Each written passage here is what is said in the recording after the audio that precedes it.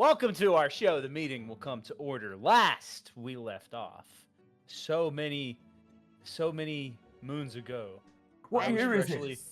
I was freshly bald. Sunny made me feel right at home. Oh yeah, you were freshly bald. But that's our lives. So as far as the lives of our beloved characters, you all just initiated the end of the beloved city of Navira in the nation of Vindrir. Those horns were like in that music were like mourning battle fallen It soldiers. was beautiful. But the ending wasn't quite so tragic because little Q, back in the brothel, telling the story up to that point of your harrowing and heroic adventures, was able to evacuate a great deal of the city, although you don't know how much. But you do know that you instructed him, and he confirmed to you that he was evacuating as much as he could before the city collapsed. And that is where we pick up. You all are in, or rather, on the outskirts of the rubble. There is a soft green glow in the sky as whatever is left seems to be evaporating into the atmosphere. What all are you doing? Pierce trying to regain his balance. Oh, homie, you have no On- balance. You do not have. Use You of can that. you cannot put weight on that foot. Yeah. Right. So basically, your ankle during the fall of Navira, a boulder fell on your ankle and completely shattered. It's to the point where it's not just restoring your health is not going to, like, your HP in game is not going to fix it. It's going to take a couple of days of maybe some magical restoration or whatever. It's going to take some healing. So at this point, you cannot put weight on it, if I recall correctly. Yeah. Okay. So he's on probably not standing on, like probably sitting down, and like in our surroundings, there's no trees around us, right? The surrounding area from Navira is largely stone, right? It's largely stone. It reminds you of the American Southwest in a lot of ways.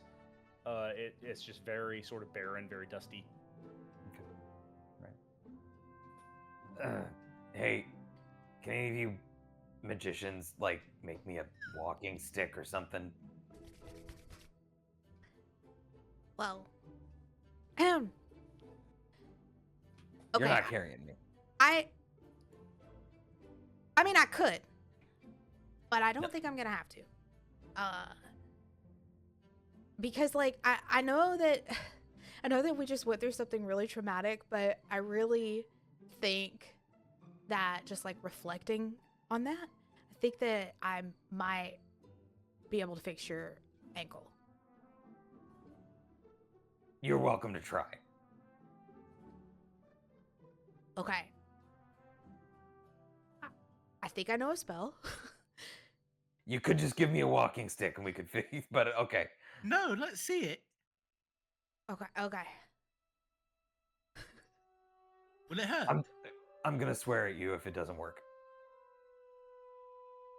Could he grow a leg? Well, here's the thing.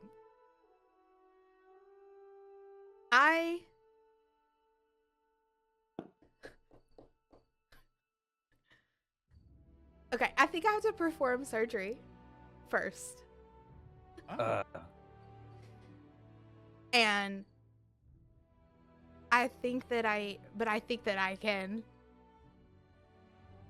regrow your foot back. After I chop it off. No, I see. Yep, I see where this I is really think that I can do it though. But I think going. Pierce looks down at his it's completely fucked. Just me over here looking for my fucking Johns Hopkins Dungeon Master's Guide. Yeah, okay. Okay. So, um, I've got an idea, and you tell me if it's bad. Okay. Pierce pulls out his revolver, and he puts one shot of explosive ammo in the chamber. He clicks it. He goes, okay. Yeah. You blow my ankle off. Just blow it off. But someone needs to like put me to sleep. Pongo, can you like make me go night night? Do you know how or to something? make him go to sleep? If I actually let me check my little cook spell book. Yeah, I just need a bit of a rest, and I could probably do a bit of magic. Okay.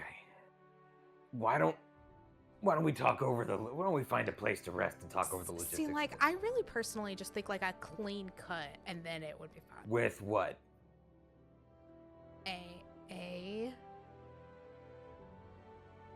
Does anyone have an axe? I have a dagger, and you have a void blade, but I don't. Right? The clicky. Yeah. But would that be bad? You need to be asleep before we do this. If you don't want me to swear at you, I should be asleep. I mean, yeah. Yeah.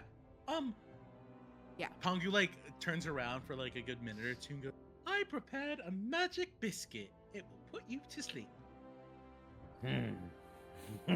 How long will he stay asleep? That's a great question. Please eat it. Is he gonna wake up while... Pierce like Let us looks hope not. at like takes in like the crumbling, destroyed, like they just fucked a town. Well, it's a city, and like looks at Kes and Pongu, and he just he doesn't even question it now. He just eats it. So if we may DM gaming finesse, I do not have sleep. However, I would like to bend time specifically around Pierce so that he's experiencing time so slowly. It's normal for us, but it is so slowly for him that it only feels like a second. Does that make sense? Like, we're doing some crazy timey-wimey stuff, y'all. But if I use slow, concentrating it just on Pierce in a way that will force the time just around him to move so incredibly slow while Kes is like doing stuff. I don't know. My only problem with doing it that way, if there was a way that you, okay, my only problem with doing it that way is that slowing down the space around Pierce would still make him experience the cut. He would just experience it very agonizingly slowly. Oh, that's a great So- point. So if perhaps you could do that backwardsly, then he would live through an eternity of surgery. Oh dear. Wait, don't we have any fun? Oh my god. So he's eating it then, and I'm like, it's not working, is it? Okay. So the biscuit slows time down for him? That was my hope, and if not, I was gonna just knock him out. Can you what do the specifics of the biscuit say? What are the biscuits? No. So I was gonna use slow. Like the biscuit was a distraction, and then I was just gonna magic him. Oh, the biscuit Yeah. was a distraction. Terrific. Yeah. So I didn't know if you had the ability to speed time up, but yeah, slow. I don't think I have slow, would but have then the I also desired have- effect. I have haste and slow, so I was just gonna play like. Now, haste, you might be able to. Does haste sort of playing? So with I your- mean, mechanically, it just accelerates a player for combat and stuff. But Sure. the way that I was thinking, yeah, you means additional action. It basically just makes. I mean, you used it on Pierce before, but I'm taking very finessed, creative license with the definition. But Yeah. So if you could figure out a way to let's see. if you could figure out a way with your time magic to like sort of tweak the space around him like you were describing with haste, so that way it's not just his physical speed in this perception of reality. Does that make sense? In this planar, Right. like if his perception of time changes, if you can find a way to do that, then I will grant you that. Yes. Let me read so we're doing things both. Yeah, just keep eating it. Yeah, it doesn't seem to be working. But what if we rested? What if we talked? We'll figure it out. Somewhere out of the elements. Wait, do you have booze, Pangu? Do you have booze on you? Yeah, I have cooking sherry. Okay. Give me that. Float some over to you. Okay. Pierce starts like chugging the sherry with his left hand, and he's spinning his revolver with the explosive ammo. He spins the chamber in his right hand, and then he points it at his leg. He just spun the chamber, and he fires at his ankle with the explosive ammo. Okay, so I figured out a way for Pangu to do exactly what he wanted to do. Wait, what did you do with explosive? Did you just fucking blow your leg off? Well, he spun the chamber, so there's a 1 in 6 chance. So yeah, roll a d6, or I guess Okay. do I roll? Or you Okay, can roll. I'm going to let you choose. Do you want to roll or do you want me to roll? You roll. You roll. Okay.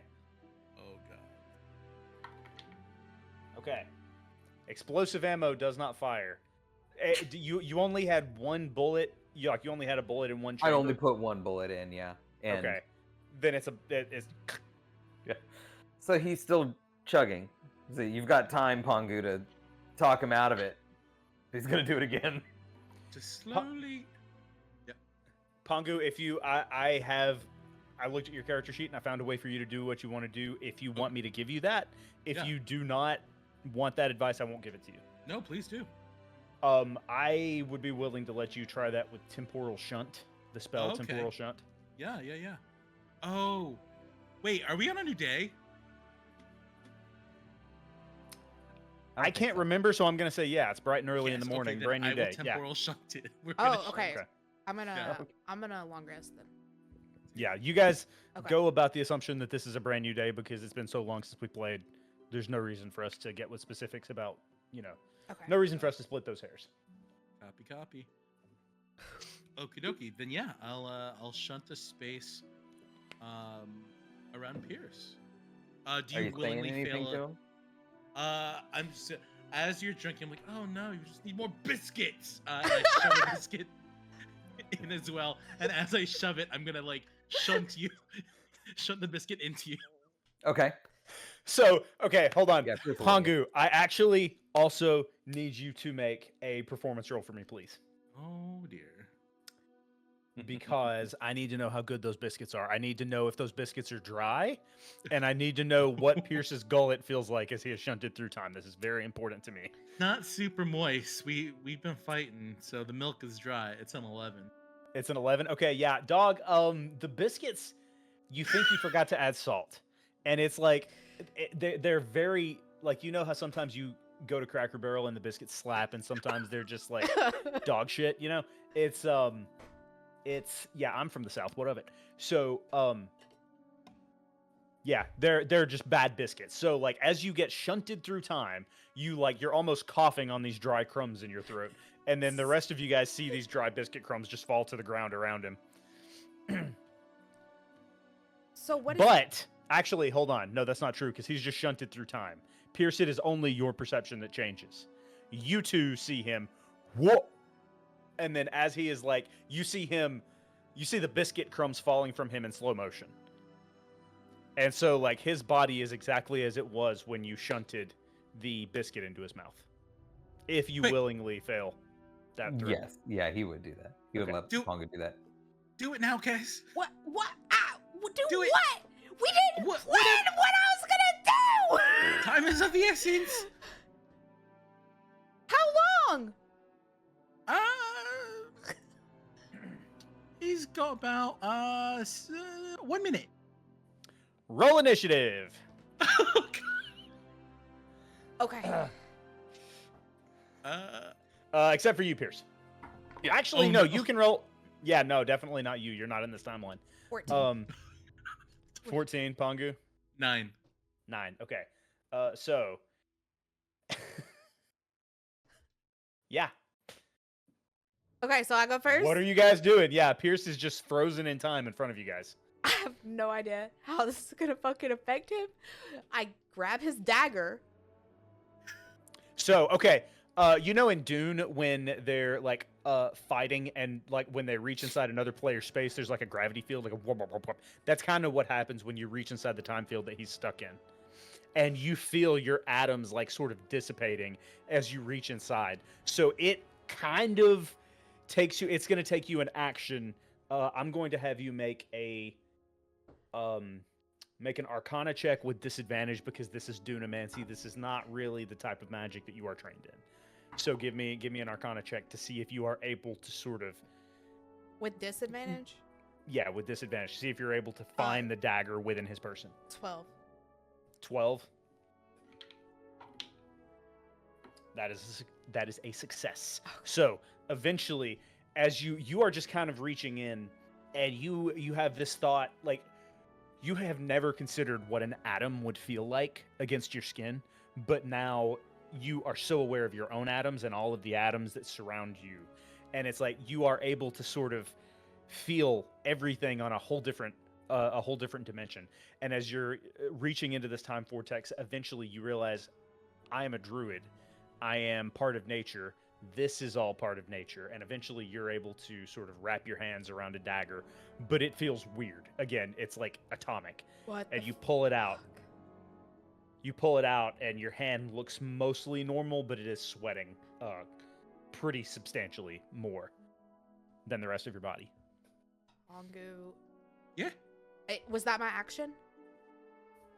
That Yeah. whole thing? Okay. Well, I'm just gonna say, is he gonna feel this? Hopefully not. I mean, At that's least my it will action. be done. That's my action. All right. Pongu, what you got? I'm going to. So, were you able to like successfully sever or do anything, or No, no? I She's have just the the dagger. dagger, and that will be my next action. Okay. Pongu is going to.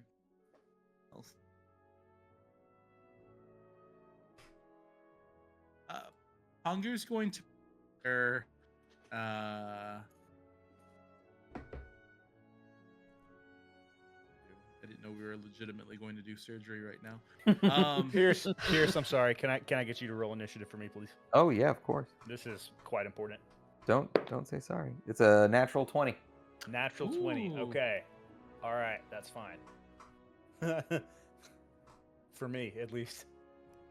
Pongu's just gonna prepare some water, like kind of like being a nurse assistant. Like he's gonna shape some water and be like ready to disinfect the blade and all that stuff. And just, he's gonna. Everything must be sterile. I've never done this before. Me either. First time for everything. And yeah, he's just gonna shape some water to clean the space around us, I guess. Okay. Yeah, I'm not gonna make you roll for that. You're able to sort of create sort of an operating room of sorts, and the moment you do, Pierce pops right back into existence in front of you. Rather not. It doesn't look like he popped back into existence. It looks like he just starts moving normally. Oh. So Pierce, you just kind of felt like you experienced all of that. Like it just kind of felt like he slammed a biscuit in your face, and then now, as you come to, you're watching the crumbs fall down. You don't even really know what just. As far as you can tell, nothing just happened. Okay. Pierce looks down and he sees a full foot there. He goes, "Oh man, you guys are fast!" And he tries to stand up. Oh no. Make a Constitution saving throw. A full foot. Like his other foot? 9. Like His foot was in shambles. Like, Yeah. But he's got a boot on, so when Yeah. he kind of he just feels knows how like it feels. He something doesn't know happened, how it sees. he looks down and he He's still broken. sees a boot there, and like it's probably hurts a lot, but he probably figures whatever happened, whatever he just did hurt a lot. So he assumed that you were successful. Oh, okay. Yeah, So- make a con save for me there, buddy. His con save is a 16. A 16. Okay. It hurts like a motherfucker, but you do not pass out. Oh, you didn't do it. You didn't do it. What the No! fuck? You came out of sleep a little early, naughty, naughty. Okay. Okay, give me my gun. Oh my god. Do you have your This gun? hurts so bad. Are you just Yeah, holding it? Yeah, no. Oh, no, yes, yeah, you're right. I've got it. Just do it. Just do it. I'm preparing a spell. Okay. Oh my god. Back up. Get away. And don't look at me. And Pierce actually like fine-tunes the gun so he knows it'll fire his explosive shot. And he wait. Pongu. Can you take my boot off? I don't want to lose Yeah. the boot. And yeah. Take the boot. Ooh, very carefully. Ooh, it smells. You're muted, Zach. This is the most excruciating pain you've ever felt in your life. Yeah. It is running all the way up. All the way up your sciatic nerve, all the way up your thigh, into your spine, and all the way you can feel it like behind your ears. Pierce toys with the idea of just like letting it end, but doesn't. Like, oh god. Good to go. Right. Okay, get away. Okay, this can't hurt worse than that. And then he fires an explosive shot at his own ankle. I mean, I'm not going. It's an automatic crit. You're aiming a gun at your own foot. So just go ahead and roll critical damage with all the explosive shot. And let's see if we can get that foot off. See if we can. I have. I was not expecting this. 1d10 plus.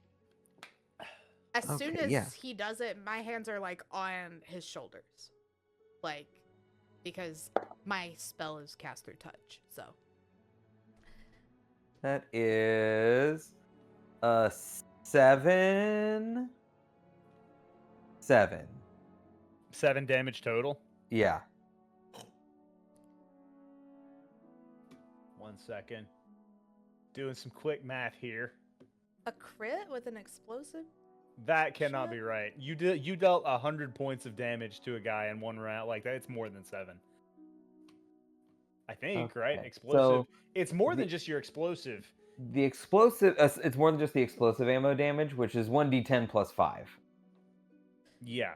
So like 1d10 also- plus 5 is 7. Yeah.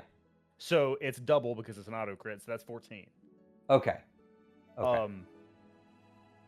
But all right, here all right, here's what happens. You fire an explosive shot at your foot.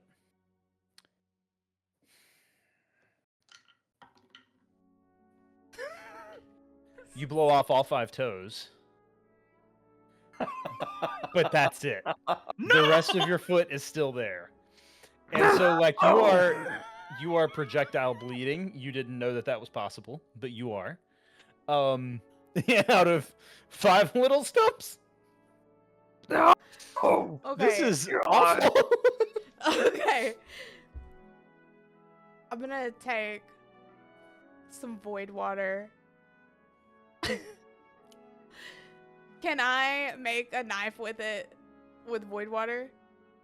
I mean, yeah, you have make like you have a animate essence, yeah. yeah. So I'm gonna animate essence and try and just. Okay. This Oh is my so God. bad. Let's look at animate essence. Did we even have to take the foot off? I'm gonna cast regenerate. It says that it will regenerate any limbs that are like gone.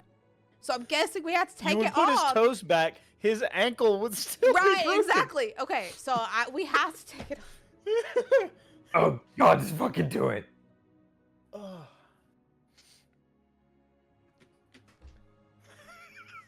I cannot believe this is how you. This is Ugh. Oh, I've definitely seen field medicine before, but not like this. We're not doctors. So yeah, go ahead and like roll. Are you So you've animated the essence. Are you attacking with it yet? Yeah. Okay, so just tell me. Roll out the damage. Like you've got the. So, do I automatically hit? Yes. It's an auto crit. I'm giving you guys auto crit on this. It's too much. Okay, I'm gonna cast it. Oh my god. Okay, I'm gonna cast it. Okay, it's an auto crit. Yeah, he has to make a dex save. Okay. It's. I mean, So- do you want to make a dex save? No, Are you gonna pull it away? No. This is the worst. This is harrowing. This is. Oh my god. It's just- you like stacking traumas, right? Let's stack our traumas. Jesus. I'm trying to figure out what lasting effect to give you for this. Is it? It's crit. So I double this. Yeah. Uh, I mean, I'm letting you guys choose if you want to So- like roll twice or double. Like it's, yeah. oh my god. Okay, so it's at least 40, and then I have to roll 5 extra d8. Okay. So,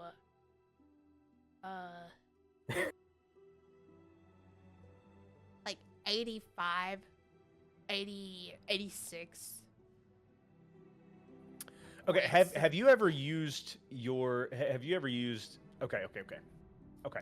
So, tell me Yeah, what it fucking looks do. like when this void blade of animate essence slices and essentially just cauterizes his leg like a lightsaber. Like it's immediate, one Well, slice. But what does it look like? I want it to look like almost just like a waterfall. Like it just Oh, like okay, a okay. clean, So you've just Yeah. Okay. So like the Waterfall. blade hovers over it and the blade starts to melt. And as the blade melts, it just sort of just shink all the way through and it just melts down and the foot falls to the ground. And then I'm gonna touch him and cast regenerate. Okay, what are the specifics of the regenerate spell?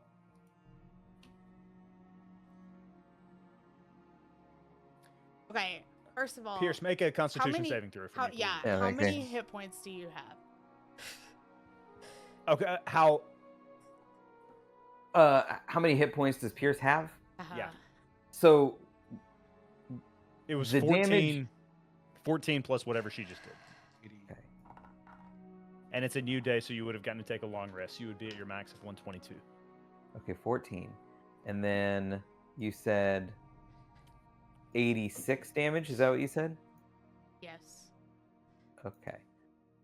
So Pierce is still alive. Yeah, and Uh, it was concentrated non-lethal damage, so it's like it's not like she missed and severed an artery or something. You Right, don't have right. to worry about. The only reason you would have had to worry about that was if it was a natural one or something like that. But you were being very, very specific. There was no need to even roll. So, Pierce has 22 hit points left, and if Pierce can choose to fail the con save and pass out, he will. He will. Absolutely, you are out like Like a if he- fucking light. If he gives it up, he's Okay. it's too much. Oh, Because- he's like an angel baby. Because casting time, this is confusing. Okay. But casting time for this is 1 minute. So it's not an instant cast. Okay. So 1 whole minute is of me casting. But it says a creature you touch regains 4d8 plus 15 hit points. For the duration, the target regains 1 hit point for each turn. So every 6 seconds, you're getting an additional hit point. So hopefully it's every 6 seconds you're feeling like a little bit better. Okay. A little bit We're better. not in initiative order, so yeah, it's like you could feel your HP like bar regenerating. It's like when you eat something, when your blood sugar is dropping, it's just like you go up just a little bit and you can feel it happen. So I cast it. It's being cast for a minute, and then 2 minutes after the cast is over, it says any severed body parts regrow after 2 minutes. So I don't know if that's like instant or if you have like a baby foot and then a big. If it's like in Deadpool, where I was about, yeah. Man, I don't want to steal it straight from Deadpool unless that. You guys tell me what happens. How about that? You guys tell me what happens. I'm chill with that. The end result will be the same. I kind of think that it has to be that way because I don't think you would just magically it regrows. I don't think you would just magically have a full foot back, you know. So over 2 minutes, your foot's just like. So Pierce, I want you to describe what it feels like to you to watch your foot grow back. You're not in any pain anymore while it's growing. Like after the minute is up, you're not in pain anymore. So Pierce It feels passed like you have a out dead foot. Does that make sense? yeah. So how long was Pierce out for? Like if he passes out due to pain? I would say probably about 10 minutes. His HP would be restored enough that that pain would have subsided. Okay. So when he comes back, he's probably like sweating and just not looking down at his foot at all, just trying to feel sensations. Oh, he's And up. then how did it go? So above table, if it's been 10 minutes, when you come back, your foot is completely back to normal. It's just your foot. It's all the way grown back. Me and Pongu are the only ones that saw it grow. That saw it do the thing. Okay. We bonded over it. It was traumatizing. Pierce, have you ever seen an artist with one of those flip books that draws something on a different page, and that when you flip it, you see like progress? It looks like it's moving. Yeah, that was your Yeah. foot. The past 10 minutes. Ta-da! And I was like, ah. It was little baby. I wanted to put a little imprint, like ink on it, and then put it in, but Kess wouldn't let me. It was a baby foot. It was kind of weird. Not gonna lie. Oh, It was like my foot.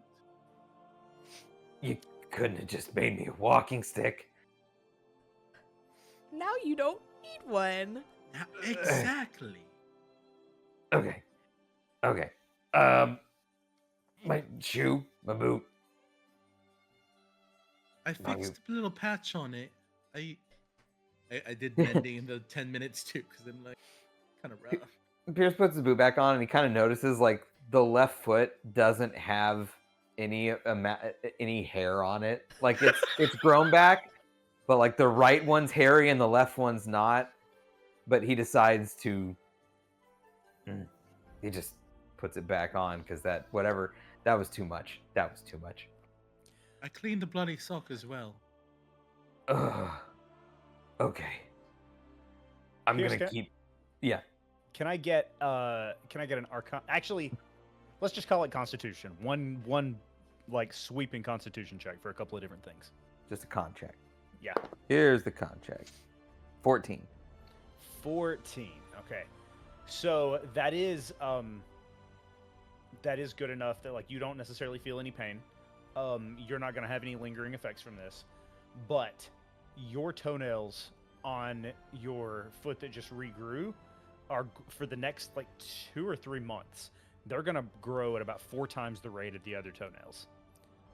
So that's just you can tell they're already growing like you can sort of see them growing out a little bit. Oh no, that's so weird. That is gross. awful. Oh, was that intentional, Kess? Tess is like, this has traumatized her to have cut her friend's foot off and grow it back. She's just like, I am gonna go stand over there and not talk to anyone for Yep, Nice. I'm gonna. a couple minutes, and I was just gonna go just stand by a tree. just But Cass, in some parts of the world, you'd be like a messiah. Pierce is gonna grab his disembodied foot, and he's gonna go. without the toes. Oh yeah, yeah. Pongu, can you leave me alone with the foot for a minute? Yeah. I just want to say goodbye. Okay. Angru will leave, but he wants to watch. Sure. What's That's happening. fine. He's Pierce just needed a little space. He's gonna dig like a little hole with his hand. Is the ground soft enough for him to like dig a little hole? Make a nature check. Diggy hole. I can mold Oh earth my for God. you if you need. It's a 15. I've done enough. Yeah, it's soft enough. Like it's really dry, so it's kind of difficult to move, and it's really hard dirt. So you got to put some energy into it. Yeah, And he you can doesn't- actually feel like as you're trying to dig, you could sort of feel like the you have burned a lot of extra calories regrowing a foot, Uh-huh. and you're like really lightheaded. Like you're starting to get very like you could feel a drain on your energy. Probably a little bit drunk too because of all the cooking sherry. Hmm. So, yeah, he's gonna get like an inch or two down, and then set the foot and just try to put as much dirt on it as possible. Just go, all right. You served me well, old friend. I'm gonna go and willingly pass out and never speak of this again. And Pierce walks a few feet over and kind of just lays down in the dirt. Okay. So Pierce, you lay there, and like Pongu, you're watching this. Kess, what are you doing as all of this happens? Pierce, you are sort of like propped up against a tree, facing the grave of your foot. Yeah. I was taking my little moment where I was letting my eyes go blurry. Like, you know what, whenever you're like focusing on something, then you just kind of let them unfocus. I was just doing that at the trees or just whatever is around. But also, I would have probably overheard him talking to his foot. So, Oh, most certainly. yeah. So, go ahead. I mean, that's it. Like, yeah. Okay. So you guys, Pongu, did you have anything specific that you were wanting to do? Oh yeah, but this is gonna sound super fucking creepy. Oh, I love it. All right, let's Oh fucking my As god, soon are you as- about to dig that foot up? As soon as Pierce goes to sleep, and if Kess is not fully watching, Pongu's gonna be secretly. He's not gonna take the whole foot, but he wants to take one of the toes, and he's gonna keep one of the toes. Did you bury the toes, Pierce? Yeah. No, Pierce just buried the Oh, foot. perfect. The toes blew off. Yeah. I I would don't know find- where they are. Yeah, I would. If I need to, I'm gonna investigate and try to find some toes. But I would like a toe from Pierce. Go ahead and make an investigation check. I'm going to say that you're able to find them. They stand out in this terrain. After all, it is a severed foot. You would find a severed foot Hi. in the hard cclay. Hi, Dirty welcome to Adventures Unabridged. My name is Steve-O. this is fucking going on. Dirty 20. Dirty 20. Hi, I'm Johnny Knoxville, and I'm about to blow my foot off. Down. Could have been so simple. Okay, dirty 20. You said. Dirty 20. Yeah. Yeah. Could have gone to Within about 10 minutes after he falls asleep, you are able to find You're able to find one toe. You'd find all of them if you needed to with a dirty 20. Oh, in that case, then yeah, I would get all toes and I would put them. And if Kess saw, like, Pong would just be like, "It's for spell components." So everybody can take a short rest, and we can say that there was a sort of afternoon nap. As all of this is going on, Pierce, what is your passive perception? Passive perception is 12. Okay, you do not notice. You do not wake up.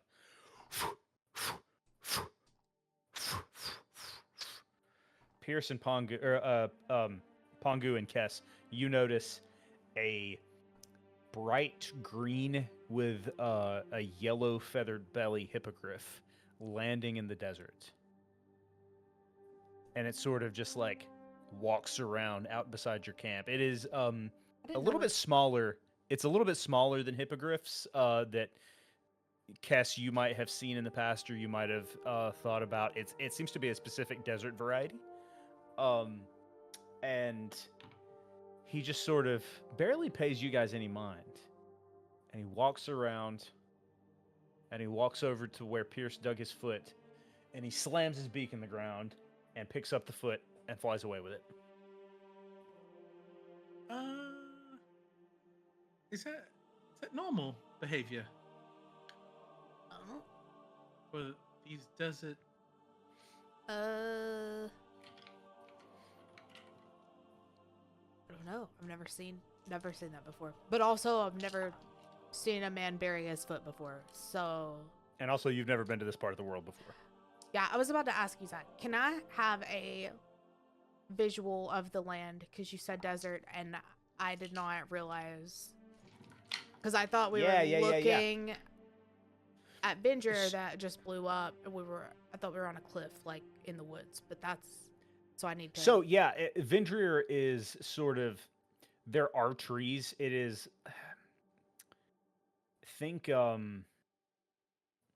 I'm trying to figure out. It's a weird mix. There's these large trees that do grow in some regions, but they grow almost seemingly magically in clusters. And there are some grown all around the city that you all were just in. But like out beyond this, it is less of a it's less of a Colorado and more of a like actual desert. I mean, there's Colorado desert, but like it's less trees and more of a like hard rock. There's some Joshua trees. There are sort of like actual literal like gigantic rock formations and things like that. Okay. Does that make sense? Yes. That bird was weird. I don't know. I have no idea. Okay. Pierce is able to walk again. Yeah. We have more saving to do. Begrudgingly, I know. I know you don't want to do it. Well, It's not you that don't not want to do it. Yeah. It's just a lot. I don't even know how the next one is in the ocean? Oh shit! I need to contact my family Okay. just to make sure that things are well with the Armada, and also that they're okay with us essentially nullifying or doing something that might affect the way that our entire family and way of being operates, you know? So you're gonna tell them before we do the thing? No, I will let them know that we are on our way and that when we arrive, do not kill us. Because I am part of we, and we are arriving relatively. We could get there pretty quickly. I mean, I'm very familiar with this place, and in my dreams, I had a little pleasant feeling in my tummy, and it feels like I could get us there, like the way that you do with plants. Oh. Okay.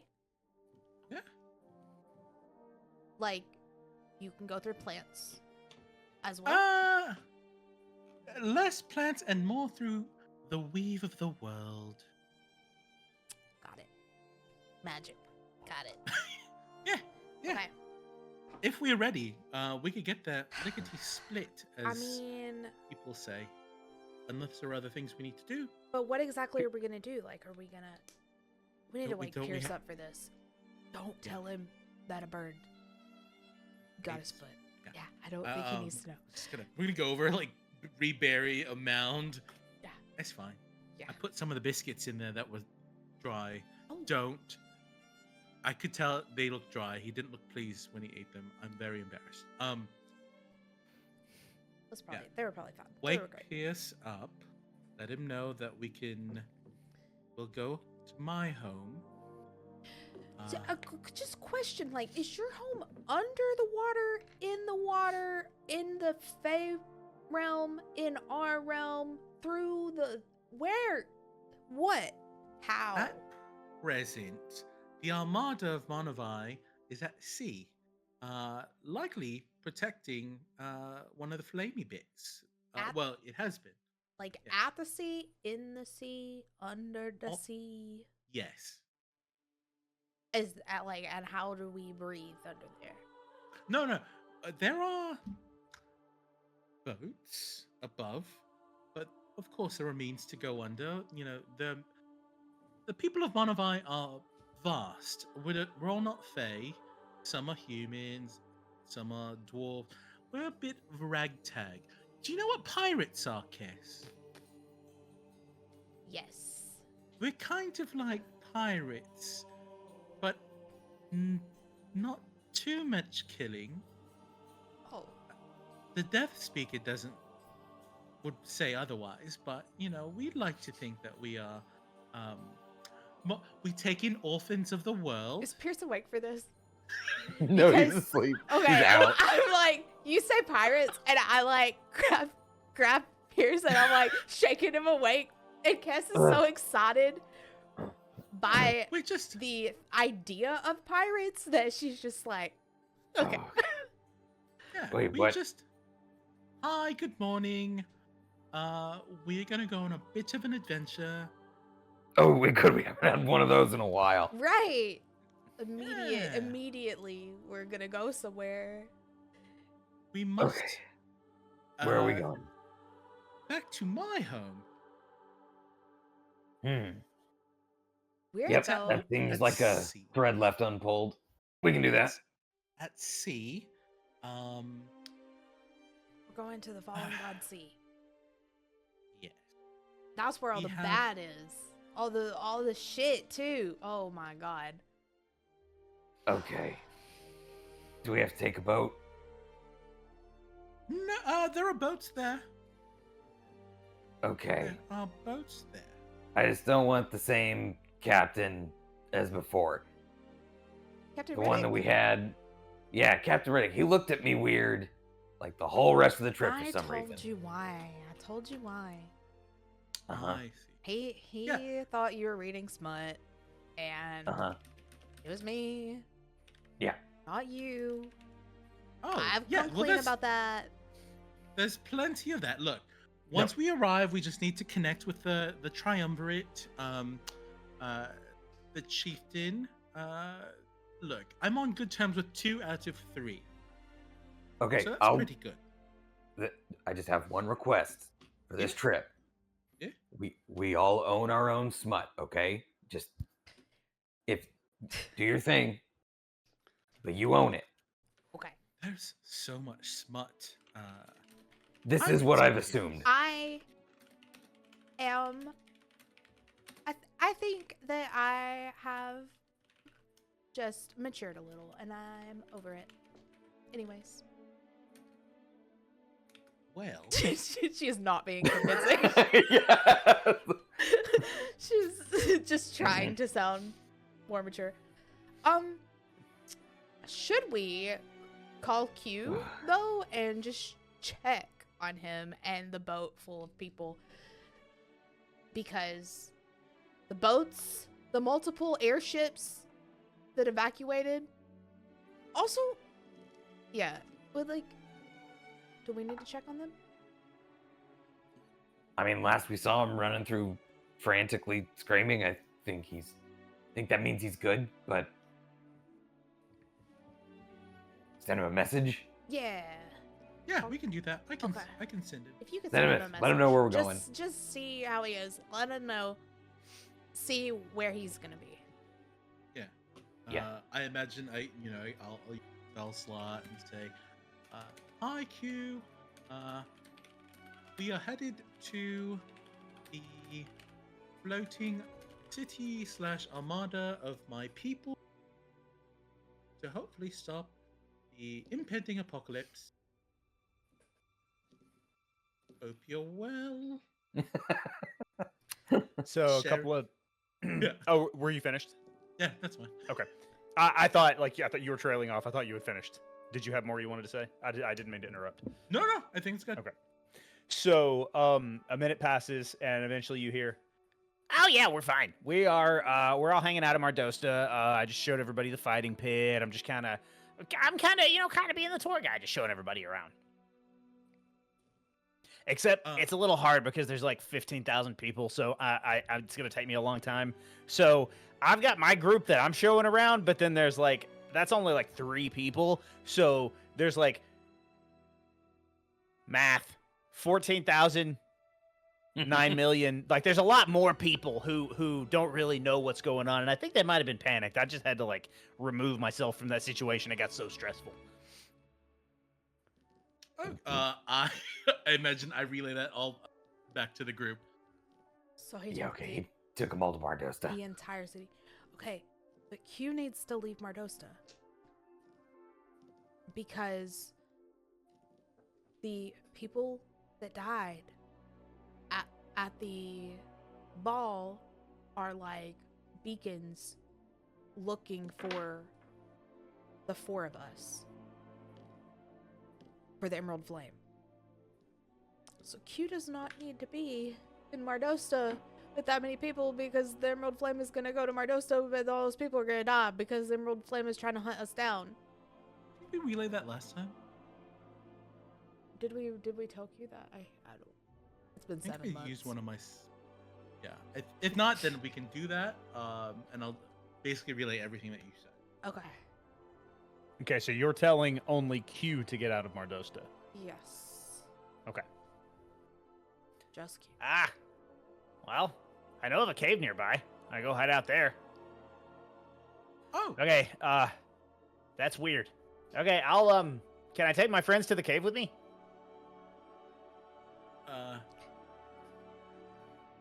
I asked the group his question, and then I would.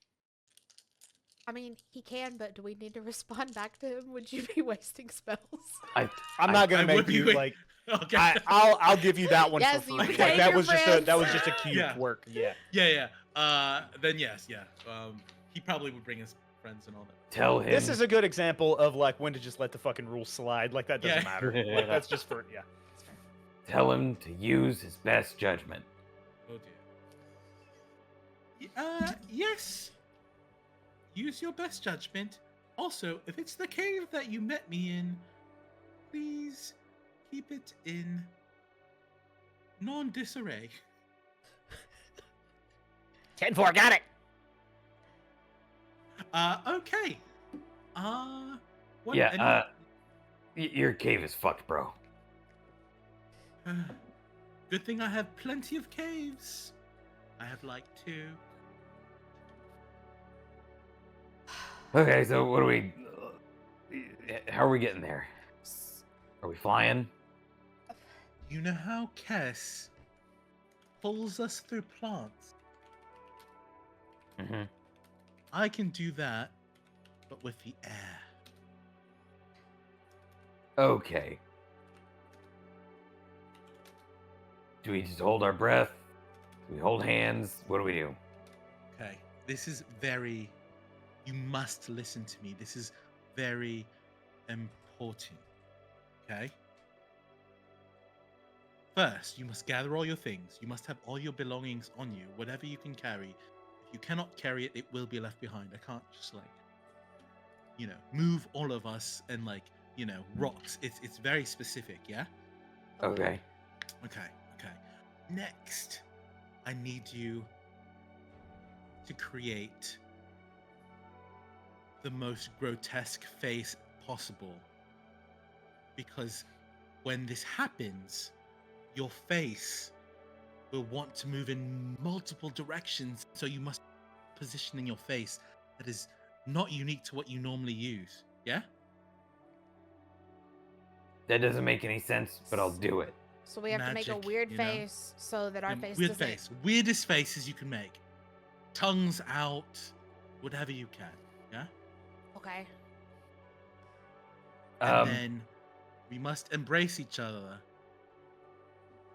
Uh, in a consensual, platonic way. Okay.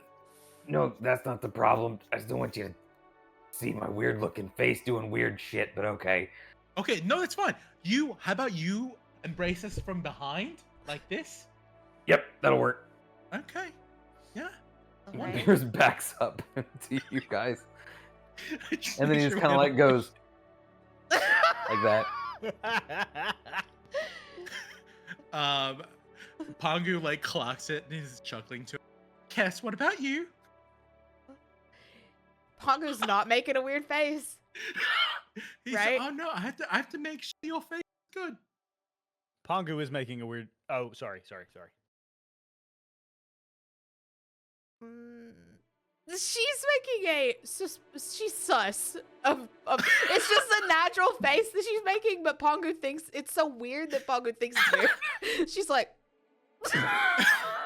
Perfect, Cass. That's perfect. Yes.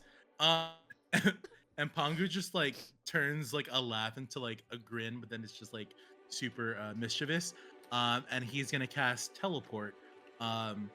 Since I guess an associated object have multiple items from Monovi on me, right?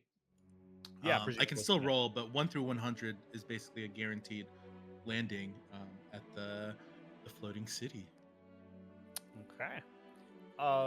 So, first things first, I need everyone to make a performance check. performance?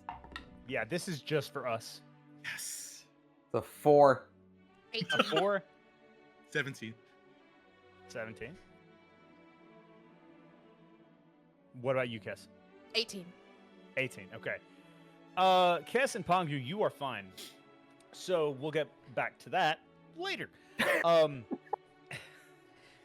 So you all feel sort of your stomach lurch as the ground drops from beneath you. You feel yourself spinning through space and also through not space that doesn't feel like space at all. Something more like an idea. And then you find yourself floating through all of sort of, it feels like you're floating through the entirety of the cosmos before the smell of salt. Boom! The smell of sea. Caw, caw, caw. Seagulls off in the distance. As well as other very varying species of aquatic bird life that even Pierce, you have not necessarily heard before because you've not been this far out on the water. You're getting sort of wildlife that is from different parts of the world instead of just this part of the continent. You look up and like a gigantic double-headed whale sort of like slams down and creates a Y-shaped wave that shakes the whole city a little bit off in the distance. But Pongu, would you like to tell us where exactly you landed? This is just sort Yeah. of it is like a bright sunny afternoon. You can smell more than anything. You can just smell the sea. Yeah, I imagine. So the way that teleport works is it can bring you to a location, a destination that's known to you on the same plane of existence. And depending on how successful you are or how familiar you are, the likelihood of your chances of getting there. And since I'm relatively intimately familiar and I have an object associated with Monovi, we're able to get there. And so I imagine the place that we all land. As soon as we, this is the first time I think, actually, even myself in this manner has arrived. So we kind of like land in a hopeful superhero looking manner, but it's probably not as graceful as we would like. And we're probably likely on the main, I don't know ship terms. I need to familiarize myself with them. Okay. But like the main deck. The deck of one of the largest ships in the Monovan Armada. As you look around, the ships are just like a hodgepodge of different styles. It looks like the woods are different. There are parts of the ships that might be a little missing. It is a very like ragtag like armada, but some are gigantic. We're probably on one of the largest boats of the armada because it's the one that Pongu was the most familiar with, most intimate with. But you see small little skiffs, little like not the equivalent of like jet ski, but there are like little like individual like you know manned boats that have creatures on them. You can't quite tell what they are, um, but it is just I would say probably a good 30 or 40 ships as that are part of this armada, and out of them there are probably three large like call them destroyer or warship sized ships, and we're on one of them. And then there are some medium sized ships as well, some smaller boats, and then just little things. And so you can see that regardless of the type of ship, though, they all are flying a flag that has kind of the same symbol or crest on it. And it just looks like it's essentially a star with a bunch of mini stars around them. And the colors are very like tropical and floral. There's like pinks and like turquoises in this flag, and so they don't. It's not giving a threatening or aggressive vibe. It looks like it's supposed to be something that's kind of like welcome to the islands. And as we land, uh, we probably start hearing like some shuffling of feet approaching us. Uh,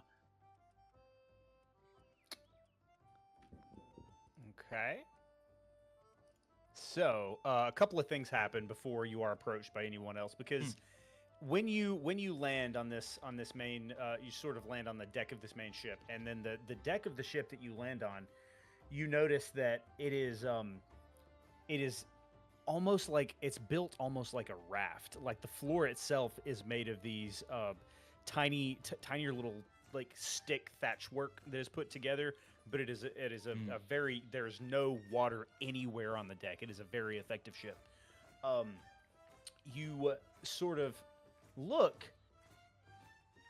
and basically immediately after you land, well, actually, one thing happens first. So as you land, Kess and Pongu, you land not necessarily superhero style, but like you stick the landing, right? Like you land okay.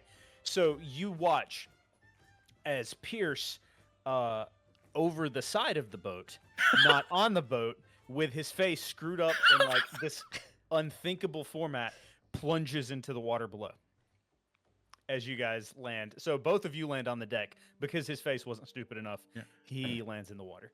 I also immediately And your face is stuck that way. Yeah. For you see a Pongu. couple hours. What? Pongu looks immediately up at like one of the crow's nests, and I imagine he see like Pongu was intentionally like knew that there are in the armada there are people on the crow's nest that are always manning like people that are teleporting in, and so lore Pongu knows that he enjoys watching people because he's done this job at one point when he was many moons ago, where he had to essentially be the observer watching people teleporting in. And it's like an inside joke for all the teleporters to watch people coming in for the first time making weird faces as the joke of the Monovian empire. Anyways. If Pierce falls off and into the water, I'm gonna dive, turn into like a giant owl, and just scoop him up and land back on the ship. Okay, so here's kind of what happens. So the second you land, you hear laughter, and you hear sort of like "man overboard," and like it's like a fucking machine.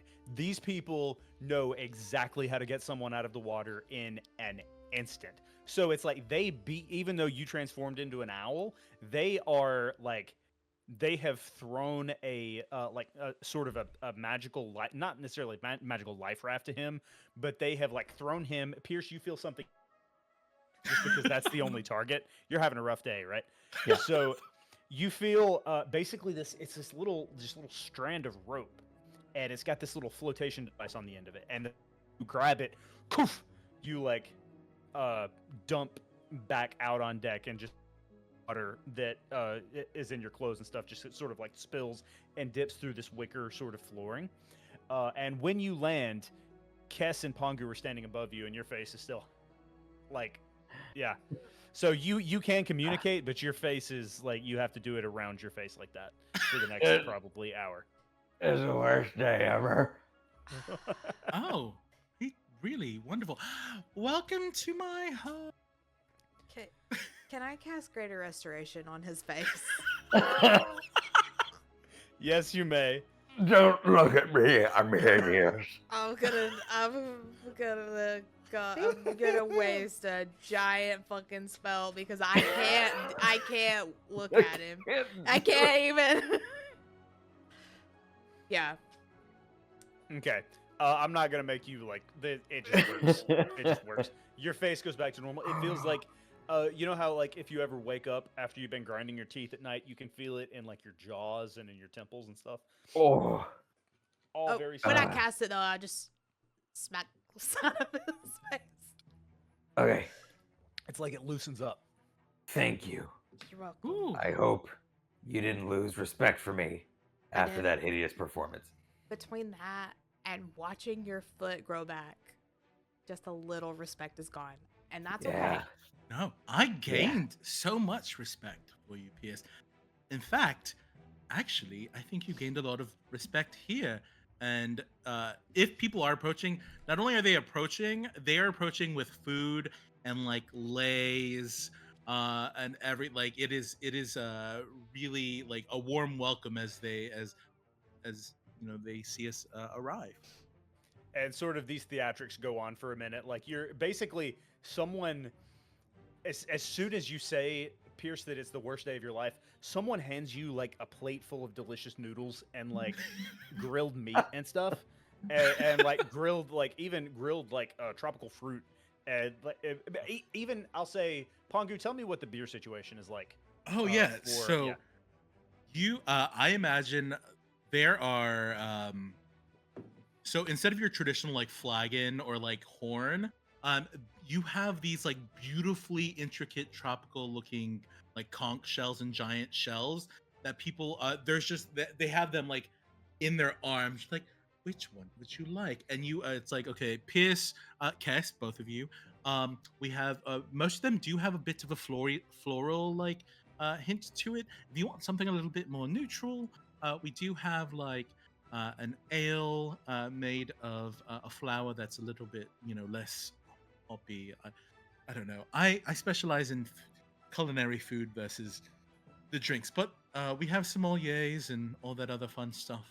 Should you want to partake in those drinkies? Are there any with hibiscus? Oh, absolutely. That's what I want.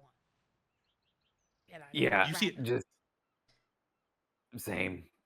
Yeah, and you know, just for everyone's awareness, culturally, we love umbrellas in all of our drinks, and it is fine for everyone. No one looks down on you for having little umbrellas, or we put little toys in for adults because we believe play is for everyone as well. This is Pierce amazing. Pierce turns to Cass and he goes, "Can we drink enough to delete the first half of today, please?" Yes, and I'm already just like slurping. Like what? Like I am just probably half of that drink is gone already. Definitely, this is also a very welcoming place compared to the other places that we've been that are gonna require what we need to do. So this is I'm trying not to think about that, but drinks. I'm just Drinks are good. As this like parade of food is coming, like and like people are eating, people are being like merry, but there's still people working. Like work is still getting done. This is still a floating armada. There are people manning guns. Pierce, you noticed this immediately. There's like lots of cannons and lots of different artillery, things that you've never even necessarily seen before. And Pongu, you hear footsteps eventually. It sounds almost like footsteps on like wicker, like a basket or something. And you hear someone say, "Now, as long as you have been gone, you would think that we would be the one showing you the royal welcome, Pongu." Hello. Pongu does like a very deep bow, which he knows pisses this person off because they don't really like the pomp and circumstance. Get the fuck up. Come on, give me a hug. Of course. Hello. How are you? I Well, these are my friends. Hello, it's this lovely is- to meet you. Did you lose a foot today? God damn it! And he drinks. Ah, Yes, but we grew a foot today. And I just you can passed smell. There's all sorts of. It's like it's beginning infection. You might want to take because out here with the salt, we can just smell all of that. Yeah, you should take care of that for sure. So there's a lot going While on, as you can tell. while Go they ahead. talk, Pierce like tries to smell his foot. He's investigating his foot while this conversation takes place. Make a medicine check. It's a 6. A 6. It smells like you haven't washed your boots in as long as it's been since you've washed your boots. Yep. So it does not smell great. Yep. But it does not. You cannot tell a difference. Cool. Cass is Thank just you. looking off and sipping the drink. It is so nice to meet you. My name is Delphira. Thank you all for joining us. Pongu, can I have a word in Oh. private with you, as a matter of fact? Of course, most Um, gracious High Shaman of Jeez, the Lord.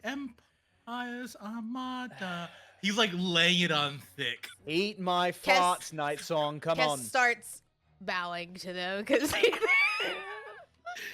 thinks Stop that it, Pongo stop is it. I will Oh, throw you all in the ocean and drown you. Good day. She Um, will. I look over at Pierce and like, I can't drown. Right. Let's go find a laundry or a spa or something. Yeah. While Pongu does serious work. They have spas on ships. Mm. We do. They do. do. And they're not hard to find. There's one on each deck. So, Mount of Iron culture, as you can tell immediately, and Pongu, correct me if I'm wrong, they work hard, they play hard. They are very much so like the joy is more integral to their culture than anything else that they do, and that much comes through immediately because you've got all of these ships that, you would think. You think of ships back home, and they're very utilitarian. They're very like, oh, this is a ship. This has its nets. It's for fishing, whatever. These ships have some frivolity to them. There's some very colorful flags. There's some like each of them have different personality quirks. And as you all are walking around, you're walking in toward different locations, obviously, and we'll get to that eventually. But you all see many varying things, such as like you see you see two people basically on what we would think to look like jet skis, like being pulled behind jet skis, fencing. They're literally fencing each other behind jet skis. And you see one person riding an octopus that is like floating like a hover thing above like skimming the surface of the water. Yeah, I have a question. So we're floating, but we're on the water? Like we're floating in the sky? You said it was of the It's in a the bunch sky. of ships. No, you're not in the sky. You're on the water. You are on like this is a floating city on the water. It is like a bunch of different ships. I'm sorry. And they all have. Yeah, no, I see. I said floating, No. and you thought the city of Dalaran, which floats in the air. I know exactly where your brain went. Yeah. Sorry, And I I'm realized just that. my brain Yeah. is there. Sorry, yeah. And I should, yeah. I know I also said floating, but like it's No, like a I flotilla get it. float. It's, yeah, Flotilla, we're, yeah. okay. I thought Yeah. we were, like Dalaran, but ships. And No, then no. I was, so yeah. Yeah, no, it is nautical. You are in it feels music appropriate. It feels like the ports in WoW. But except it's like it's all ships, and all of the ships have these really effective you notice they are docked within each other. They are interconnected in a way that is like you can't even really tell what is one ship and what is another ship. Like the way that they connect and the way that they move about, you can tell that they sort of disassemble and become separate ships for transportation from one place to another. And this is just this. You're able to gather all of this just by observing in the first few minutes. You guys have been around. You've seen a bunch of different cultures. So, Kess and Pongu, I would like to know what you both are doing. Right before we get to Pongu, Cass and Pierce. Oh, Cass and Pierce. Okay. Cass and Pierce. Cass and Okay. Pierce. Cass and Pierce. Cass and Pierce. Yeah, Pierce is looking for a place to like get his clothes cleaned and like shower and relax and just like try to forget everything that's happened today and yesterday probably. Do you say that out loud? Oh yeah. Pierce would make that extremely clear. Like that's his current goal. Can you say that out loud for me? Yeah. So, okay. We need to find a place where I can get cleaned up, where we can get a little stupid, and I can forget everything from the last 24 hours. Someone walking past you just shouts, "Laundry!" And like two people come from out of nowhere and just like take your jacket off of you, take your shirt off of you, put another shirt on top of you, and like don you in a bathrobe and basically like take all of your clothes off without anyone seeing anything. And they take your laundry, and you have no idea who they are or where they're gone to. I'd be But upset. you feel like it's probably going to be okay. I'd be upset they didn't ask first, but that was extremely efficient. Laundry! Cass is already very drunk. Like, she literally is gonna just follow Pierce around, but is gonna be like sloppily drunk wherever he's at. Like, into stuff and just like the second she got that drink that is in a conch, her shoulders went from like, we're trying to save the fucking world to like, I'm on the beach and this is great. And they said they were pirates here, but this is like the best kind of pirates I've ever seen. So yeah. So you guys are just kind of like walking at maybe not walking, you find somewhere to rest. So you get like, they shuffle you off to basically like this. It's a cruise suite, ship. but it is no. It's like a patio, and it's entirely outdoors. And there is a waterfall. There's a fire pit. There is like, you smell smoking meat every fucking where you go on this flotilla, and you see like just fish basically jumping out of the water into the nets. Like it is very like they have a good Begging thing to going. be caught. Yeah, they have a good thing going here. These people have been on the water for a long time, and they know how to live with the sea. I changed my mind. I don't want to live in Mardosta anymore. Yeah, we may. Yeah, okay. Can we retire Maybe we just here? stay here Yeah. forever. Let's just like forget Yeah.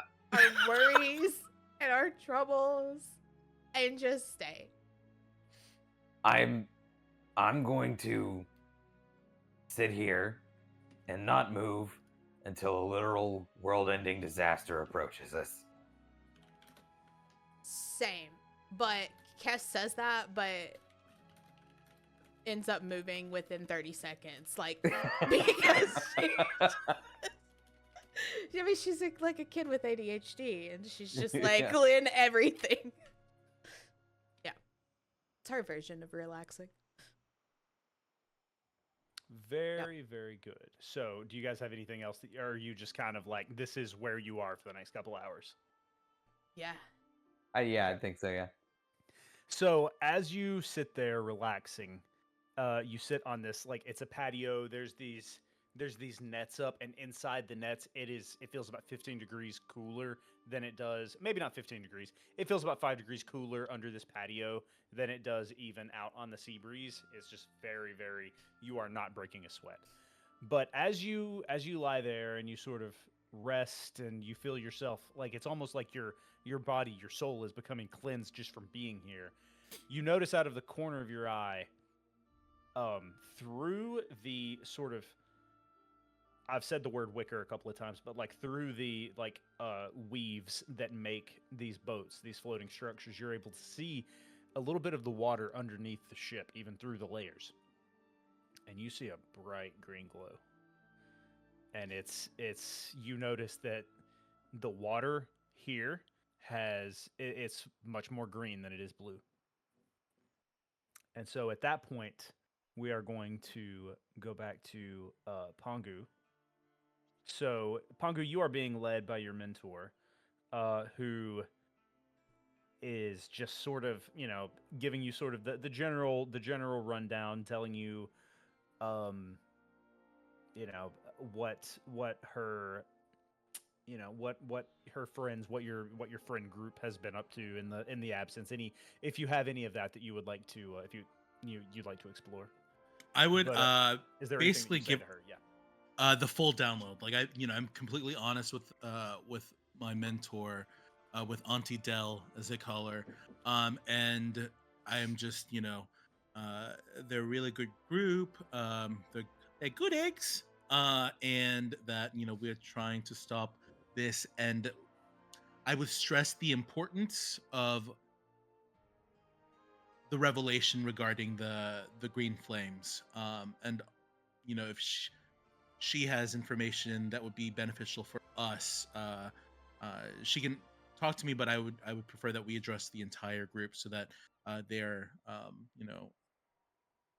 caught up to speed as well. And we realize, I think Pongo especially realizes the implication of what the flame may or may not mean depending on what might need to happen, type of thing. Yeah. Yeah. Okay.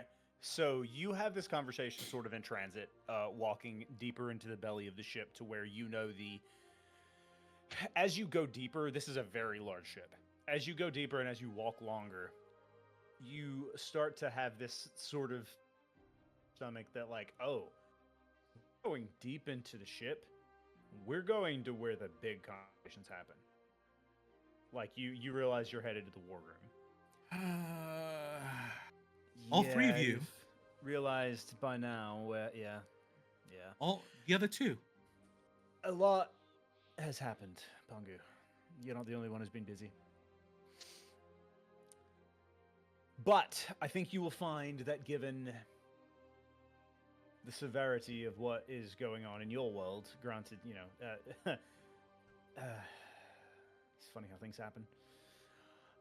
You'll find that petty differences in character and personality are being put aside at the moment, even in personalities you might not expect. Oh. Which should alarm you more than it makes you happy. I'm sad to say, but yeah, just a bit of a debriefing. But we will, of course, I assure you, we will talk to your entire crew. As I've said many times, I trust who you trust. Okay. But you have worked. You have seen other Hamahoas. Yes. At least two, I believe, at this point.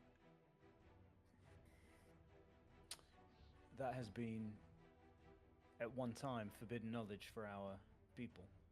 Oh, that there were multiple. Well, ages and ages ago, in the old times. Back before the flotilla, back in the dark days. So is there anything you can tell us about how they work, about how to, because we're alarmed by what has been taking place.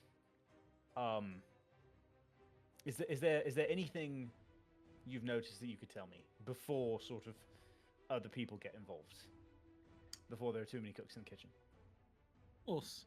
I think at this point, Pongu relays,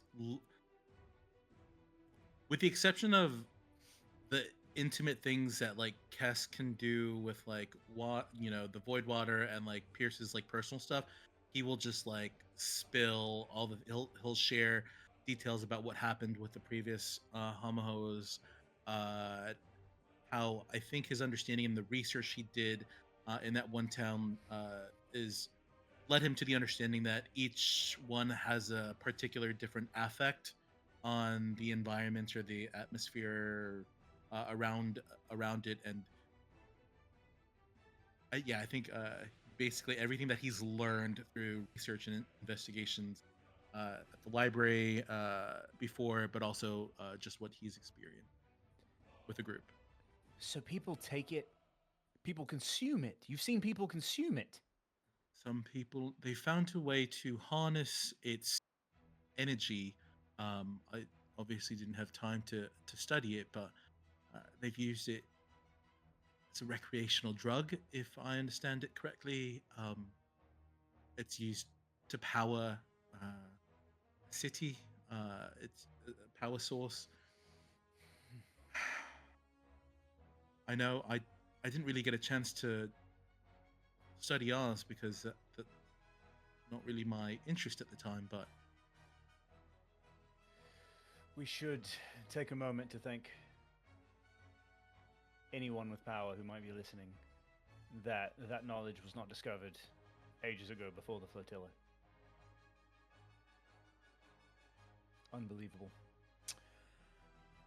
At about that moment, she opens a door, and you see two other women standing in full dress, full regalia. It looks like you are entering, like if you guys have ever watched like Star Trek, it feels like you are entering like the most official diplomatic meeting.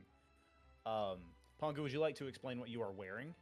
yeah, I imagine at some point Pongu would have changed into something that's a little bit more appropriate. Again, it is think of it like as an intersection between like pirate chic meets like tropical island vibes and colors. And so you're getting like the what would be like a mix between like a pirate, like a traditional like Pirates of the Caribbean pirate meets also those like Imperial Navy folks that were Yeah. the pirates were working against, and so it's just a hodgepodge. Again, it's very much a mix of a lot of things, but you see the way that they kind of distinguish themselves is instead of like fancy banners and like emblems, they just have really large like seashells that kind of denote their like marking, and those three have like tastefully large seashells that kind of denote they are like the three like head ladies in charge. Yep. So that is what you see when you step into this room. You notice that there is no food on the table. There is no drink. And you believe that you have been called forth for something very, very specific, and your stomach drops. And with that, we are going to take a break.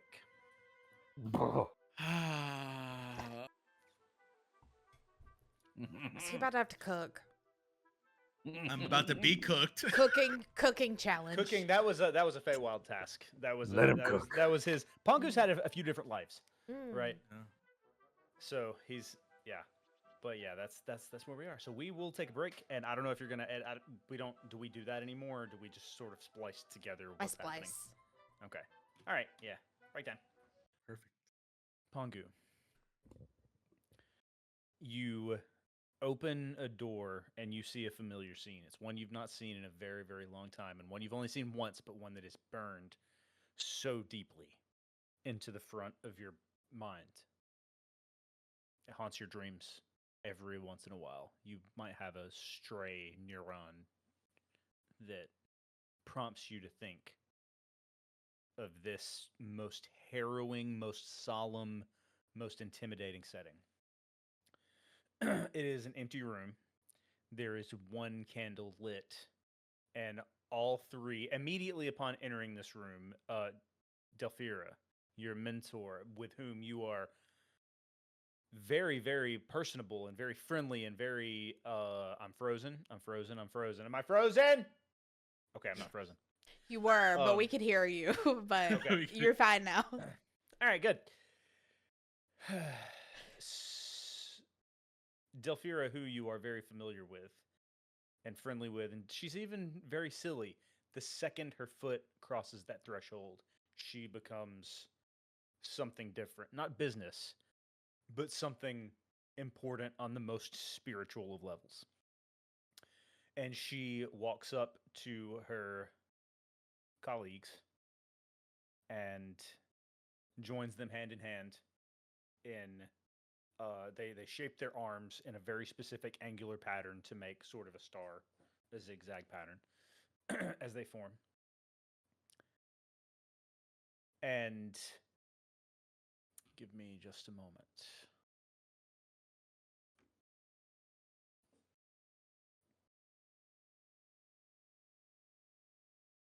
Aurea starts chanting, followed by Kalia, followed by Delphira. But they're all saying something very different. It begins with extinguished by, and she sings it, extinguished by, and she like raises her voice, and it's haunting. You feel it like chill all the way down into your stomach, all the way down your spine. Her own ash, and she like holds the note for a very long time as the other two go. She says extinguished by her own ash. And then the one who follows says left behind as piles of ember, also singing at the top of her lungs. And then Delphira follows the other two, for anyone to find.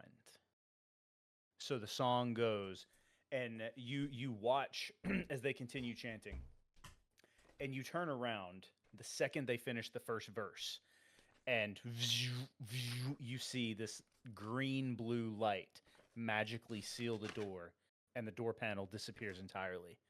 You see almost the molecules within the air as they chant. You see little tiny little blue green explosions like tiny firecrackers, and every time they do, a different instrument, a tambourine, a ukulele, bongos, and it goes along flawlessly with what they're doing. So there's like this little orchestra of greenish blue light, almost like shimmering water in the air in front of you, surrounding you. Extinguished by her own ash, left behind as piles of ember, for anyone to find. This goes on 3, 4, 5 times. And then it stops. And then Aurea looks to you and says, speak of what you know, and speak of everything you know. And then we shall follow.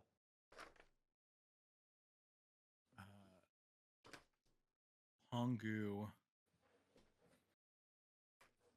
probably the most serious he's been in years,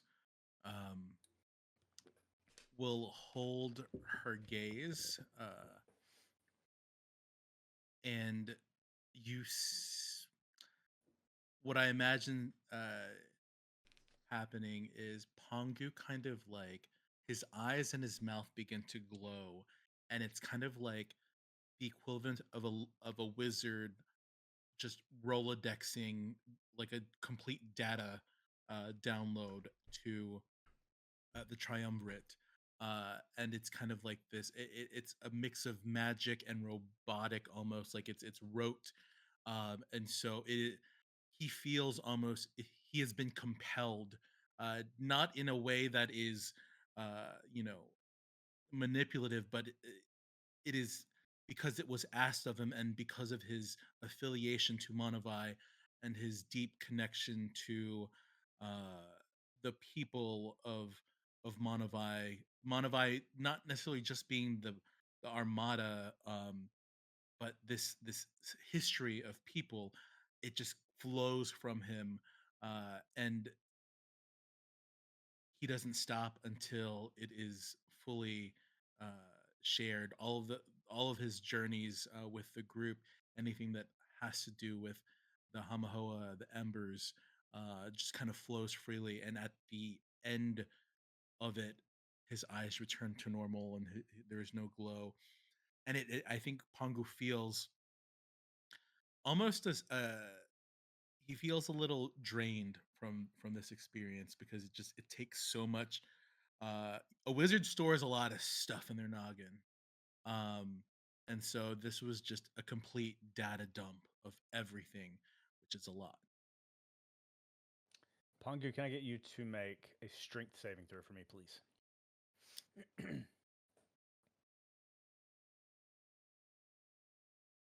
15.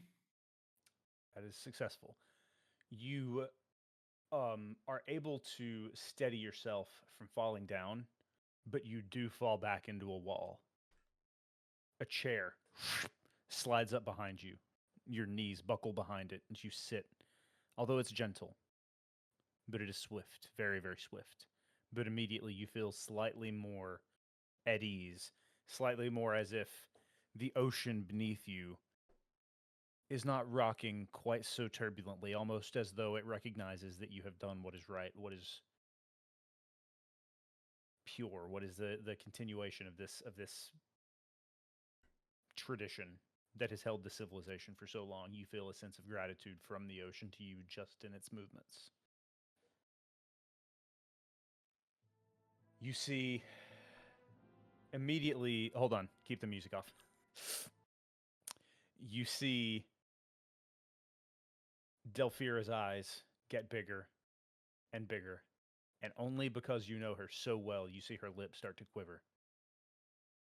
And the atoms, the molecules start to pop in the air once more around you. No one says anything of what you have just said, but the triumvirate continues to sing. And in the same three pattern they did a moment ago, where one sings, another seems to respond, and it's almost like the third seems to be crying despondently. Just in reference to what her, in this moment, sisters have said.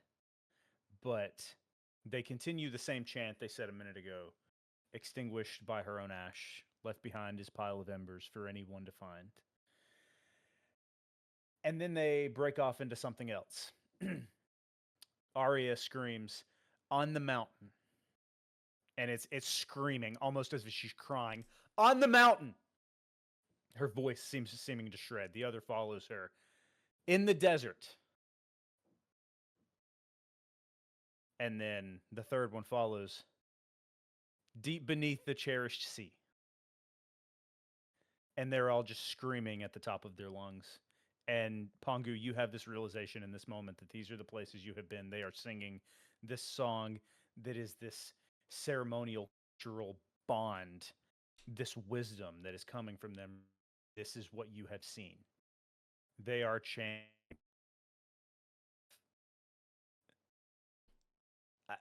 their society's most deeply held beliefs of what's to come, of the future. And beyond that, they cannot, it's almost like they cannot comprehend. Would Pongu have heard any of this beforehand, or this he knows this is very deeply held secrets? You never would have heard this song, but hearing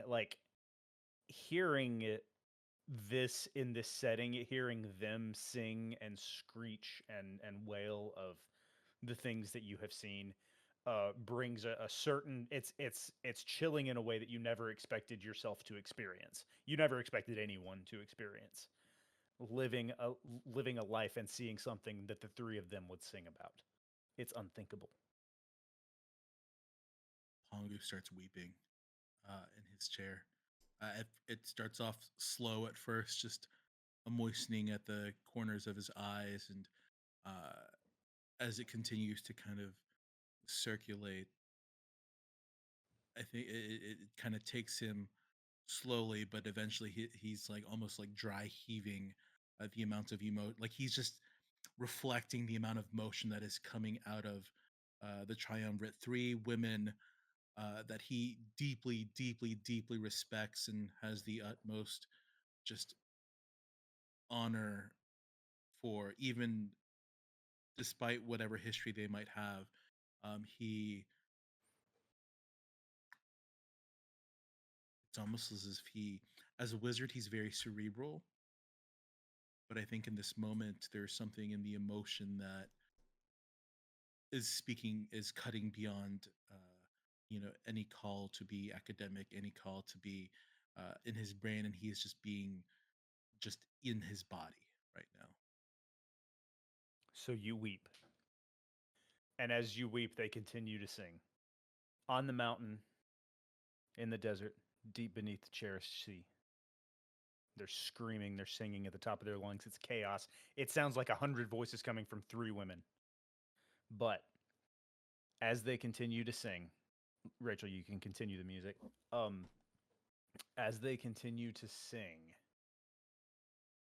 Pongu, I want you to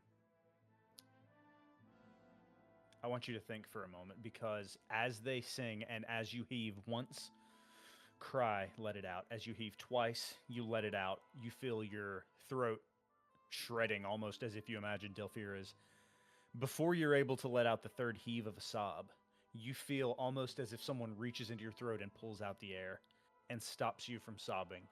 And I want you to tell me the most comforting memory you can think of from your childhood. That's what you feel in this moment. I would like for you to tell us what that is if you can think of one. Pongu.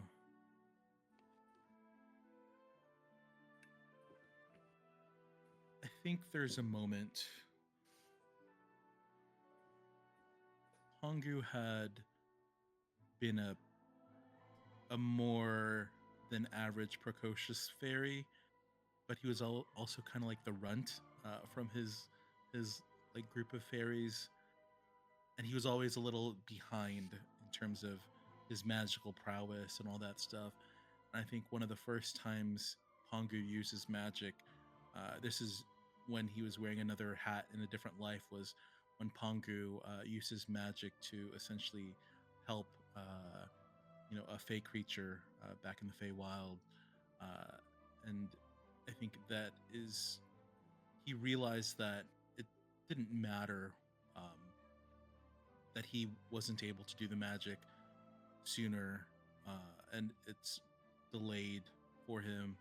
But the fact that he's able to tap into the weave and tap into magic and find a way to help people, I think that, or help others, is his most comforting moment. Is when his magic first came alive. So in this exact moment, as you heave, before you're able to heave the third time, almost as if putting a finger to your mouth, you feel the weave itself worm its way up through your spine in the most non-invasive way, in the most wholesome, touching, comforting, like being wrapped in a blanket. You're being cocooned by the weave. You feel immediately at peace as they continue to sing and as they continue to wail. This goes on for about half an hour.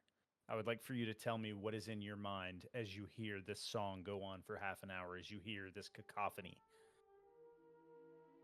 I think after getting that initial sensation of just being completely like visceral and in your body, Pongu's wizard brain does eventually kick in, and he starts to try to analyze for a pattern. He tries to see if there's a reason, why they are, doing it in a certain manner, in a certain order. If there's fluctuations in, the cadence, the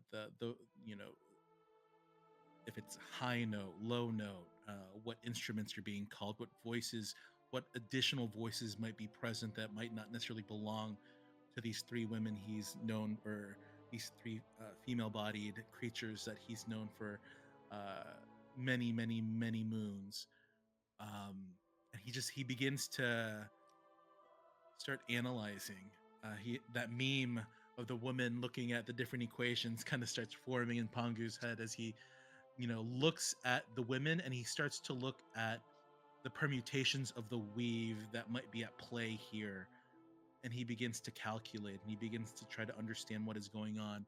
And I think in addition to that, he remembers that he is home, and he relaxes a little bit into the chair, and he thanks the ocean, he thanks the seas for its comfort and its aid.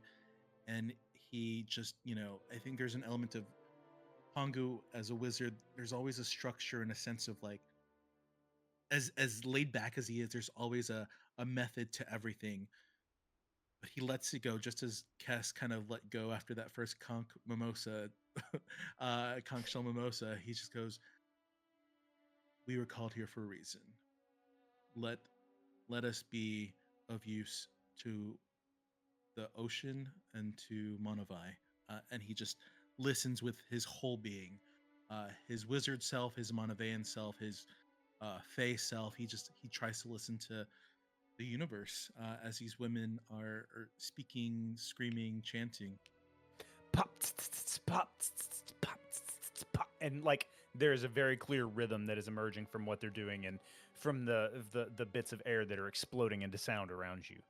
And as all of this happens, as it continues to happen for 30 minutes, for some it would be agonizing to hear this decibel of volume for such a long period of time, but it comforts you. You are absolutely home. And as this is all going on, you feel a tingle across your skin, and you realize glowing green-blue water, glowing green, albeit from the embers below, has climbed up through the recesses of the boat and is spiraling along your body, bathing you and just sort of comforting you, just cleaning you in a spiritual almost way. Almost as if a communion is taking place.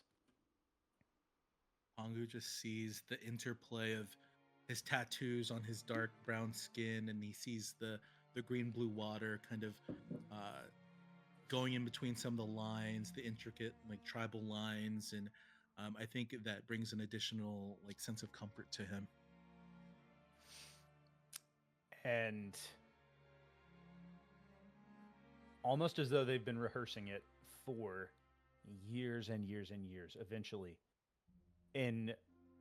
after just the most succinct beat, the lights in the room stop, and the three stop chanting and singing all together. And Delphira bursts into tears and collapses onto the floor. I immediately go to her. The other two lean down and help steady her as well. And as you all are doing this, Kess and Pierce, I would like to know, are you guys doing anything special at this point in time? Pierce is probably like laying on one of those like lean back things and would have, if Kess wanted to join him, like she's like with him, and he's like, "What do you think that cloud looks like?" Because now there's like blasted. Yeah. Oh yeah. So like while this incredibly solemn scene is going on, he's Yeah. like, "What does that cloud look like to you?"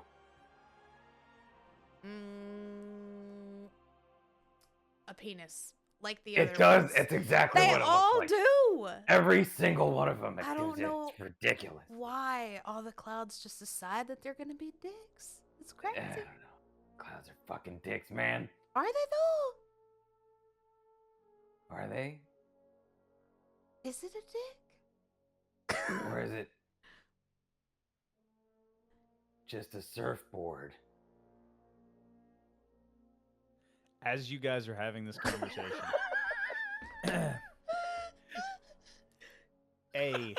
We can't have anything nice, Pongo. I'm sorry. Pierce and Kess, I want you to roll a history check because you see something jut straight out of the water. But before you do, you notice you guys are having this conversation about the surfboards and or cocks that you see in the sky as nice cumulus clouds.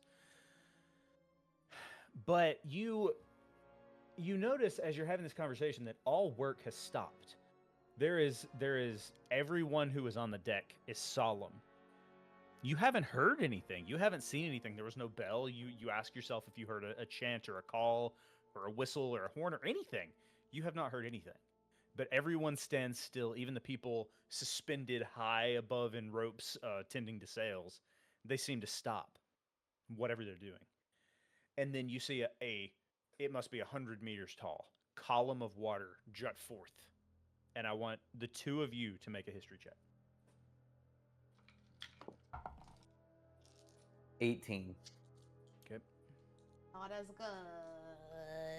12.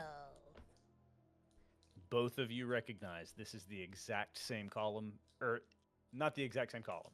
This is the style, the size, roughly the size and height of the column that emerged in the water over Evercrest the first day you all met. No.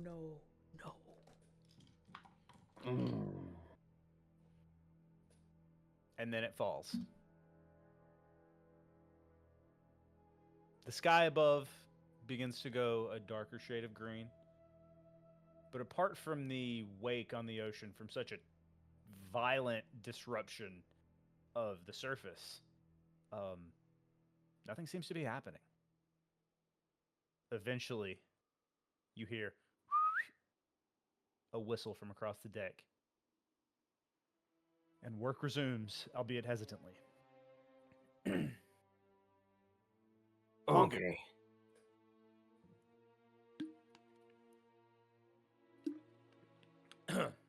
What is happening in the war room chamber where you are? You feel sort of the rock of the ship. And you imagine if you feel the rock of the ship, so do all of the other ships that are docked to this one. So you know that there is a large wake that has happened outside, although you do not know what it is.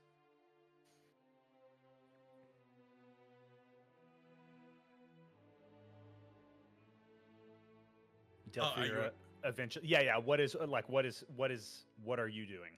in this I moment? imagine I just again, we've been at sea. I've been at sea for many, many moons. I immediately look to Delphira's out of it, so I'm still studying her, but I look to Aurea and I look to the deaf speaker, the deaf caller, and Kalia, and I look at them, I scan their face if I may, or like insight checking to see if Make like an are they insight check. showing any tell of what this could be, and that Make an is insight check with advantage.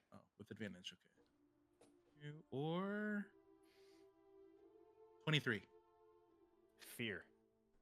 Both of them. Fear. Fuck. In the most Fear and disbelief. Almost as though something they never believed to be possible could be happening. respectful way, I have been in the the deepest way possible that a fae, that a wizard, that a citizen of Monavai can be. I came here with my friends in order to help. What is happening?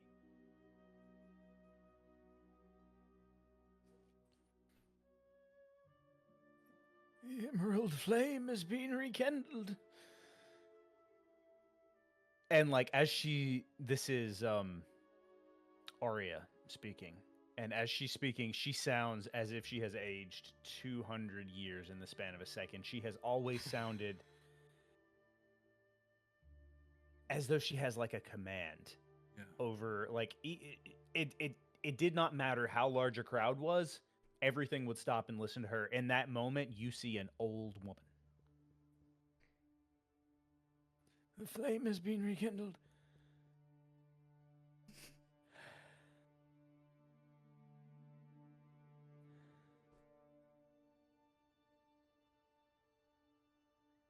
I think I shall go to bed. I look at the death caller, Kalaya. She's wiping tears. She's wiping tears, but also you notice like her hand is trembling. For her, it's a little bit different. Because for her, it's almost like she's afraid that she's going to have to answer for something. Delphia still out, or no? Delphira is awake, but She's awake, but she is heaving sobs on the floor. You can tell she's trying to regain her composure, but she's not saying anything. She's not like. You almost expect someone who is that collapsed to like who is that emotional and that overcharged to be like muttering something, to be stammering something. But no, even still in her weakest moment, she still has what you recognize as a person of great empathy to be composure. This is not begging, this is not pleading. This is rapturous almost in a way. in seeing that, if Aurea, has she excused herself, or is she on her way out already? Or She's already left. Yeah, she's like you can hear her walking away. She's ostensibly still within reach if you wanted to speak with her, but she has left. I just wanted to make sure that the way out was available. Like, yeah, and then all of a sudden, like, you feel a breeze enter the room, and in that moment, you realize that there had been the absence of one. Like the air had been so entirely still in a way that it's just not still on the sea. I just lean over to Delphira and I go,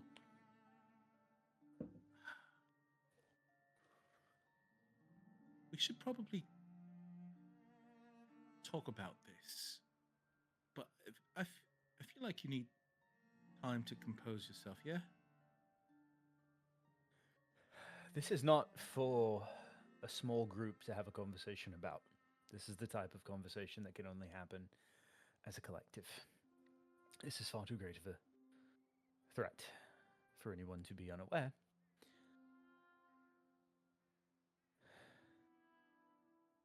Although I do recommend that we all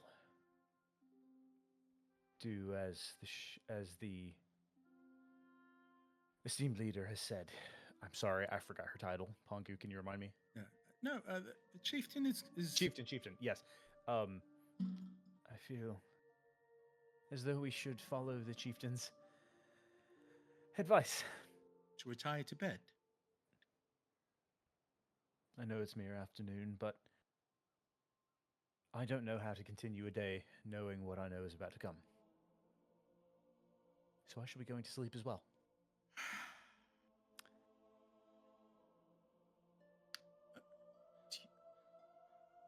Respectfully, I must away and find my friends. I insist you do.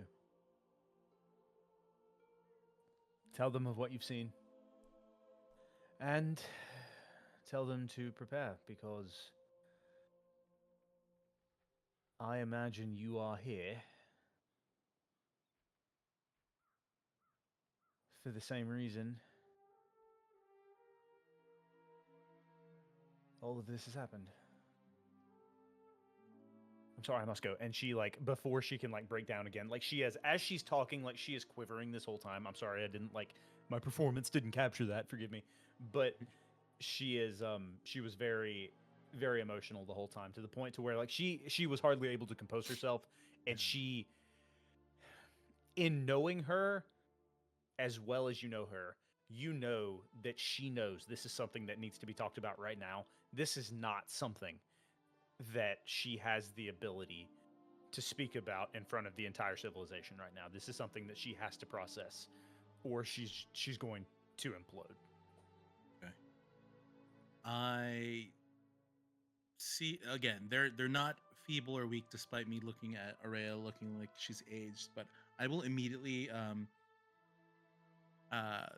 try to find Kess and Pierce just to see if I can find. I mean, I know the ship pretty well, or where they might be, right? Or how much does You would know exactly where they would have taken them. Like they would have taken them to, like, just the executive, sort of, I don't know, Yeah. one of the VIP lounge. one of the lounges. Yes. Yeah, I show. It's like I imagine it is giving full on spa vibes, and I'm like, Oh yeah. okay, well, Well- ending.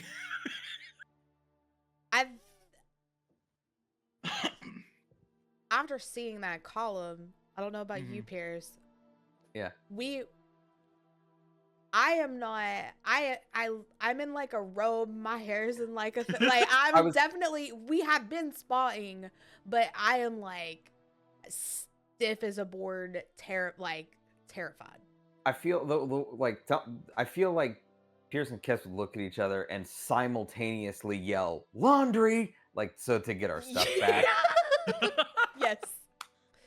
Yes. Like that and then- probably sobered Kess up faster than anything. Like, just. Yeah.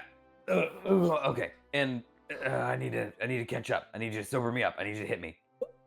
Well, I hit him. Is it? Okay. Okay. All right.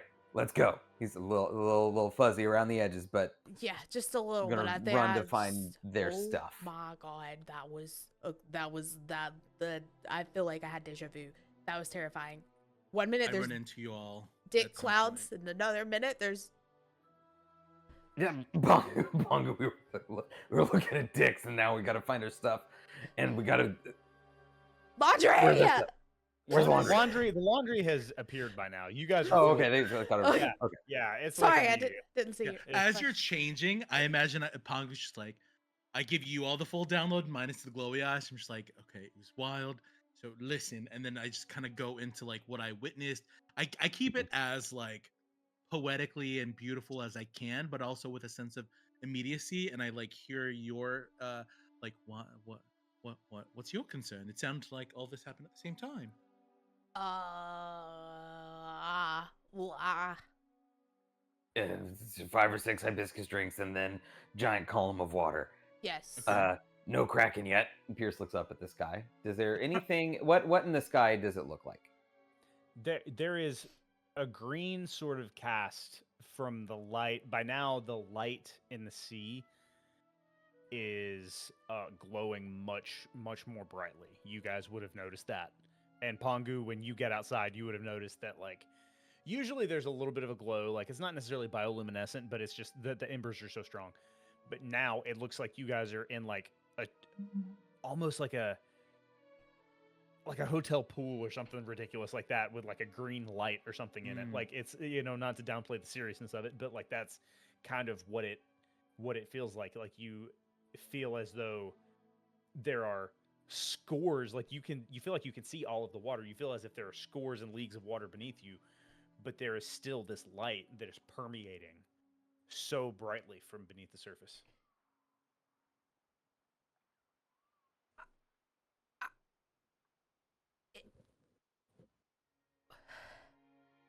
The triumvirate decided they needed a nap. Clearly, something is amiss. What the is happening? Literally, like the only I have a reaction right now, and I don't know if I want to go down there and get Ash to touch the embers like immediately. Yeah, I just want to start shooting into Like, the ocean. I want it.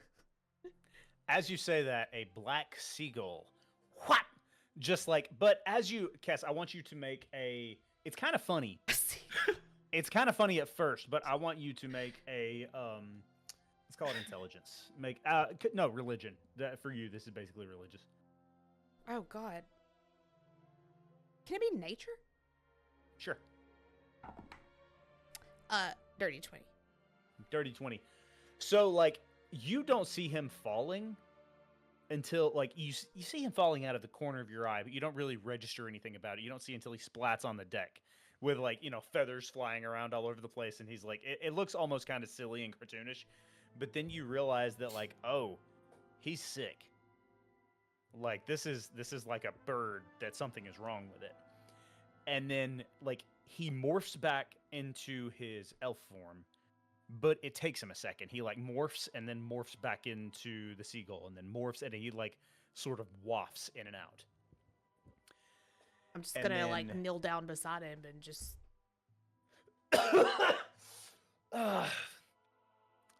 Hey mates, Uh, how are you all? do you need to be healed? Would that help? I could do that. It's not quite so much that. Okay. Would like a glass of water though.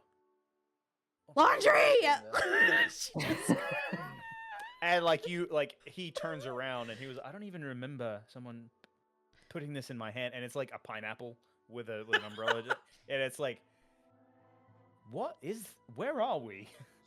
Drink it, mate. We're in Pongu Land, and it's awesome, Oh, that's quite good. except for the giant column of water. Yeah, about that. We need to talk. I just look over at Pierce, and I'm like, I think he's breaking up with us. This is delicious. This is Ash, right? Yeah, this is Ash. Yeah. Okay. But like you see, like all of his like fire veins and stuff like that, they're glowing fine, but he is like, it's like he has the yips, like he's nervous, and he's just got kind of coughy and sputtery. If you're, Go ahead. if you're gonna attack us, or if you're gonna break up with us, just tell us now so that we can emotionally prepare. We've had a very Oh rough no, day. no, no, no, no, no, no, none of that. None of that. But I've not been entirely truthful with you. But you will be mad, but it will be okay. I'm already mad. You I'm will already get madder. mad. You I'm will not, get because madder. I knew it. I'm No, just can I already fucking, mad. I you don't know what I've not been truthful about. Start truthing. I'm bitch. Bitch.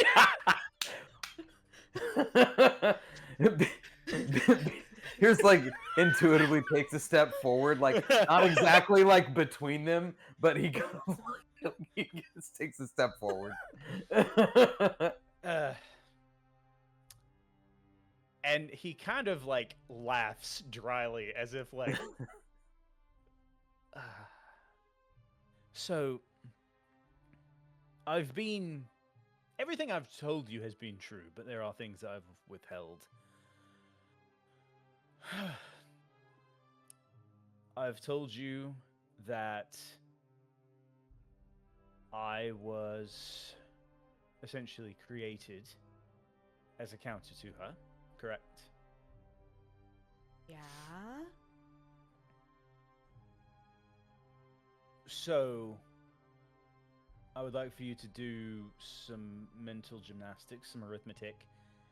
If I am created and I am brought to power and I go stronger in order to defeat her, what must happen? You must. You. Huh? So, I'm not going to be around for very much longer, and that much is becoming very clear to me, but two things could happen. My power is becoming too strong, and it cannot hold this form anymore. But there is exactly one thing that I can do. Because I could continue to get stronger in this form and beat her. But that's not what needs to happen. That's what we've been doing. That is No. the whole reason. Oh, yeah, you left things out. Oh.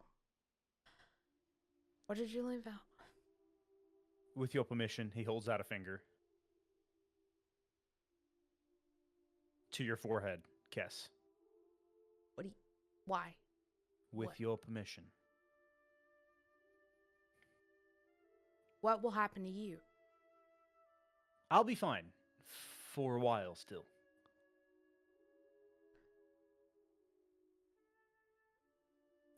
Can I insight check him? Yeah?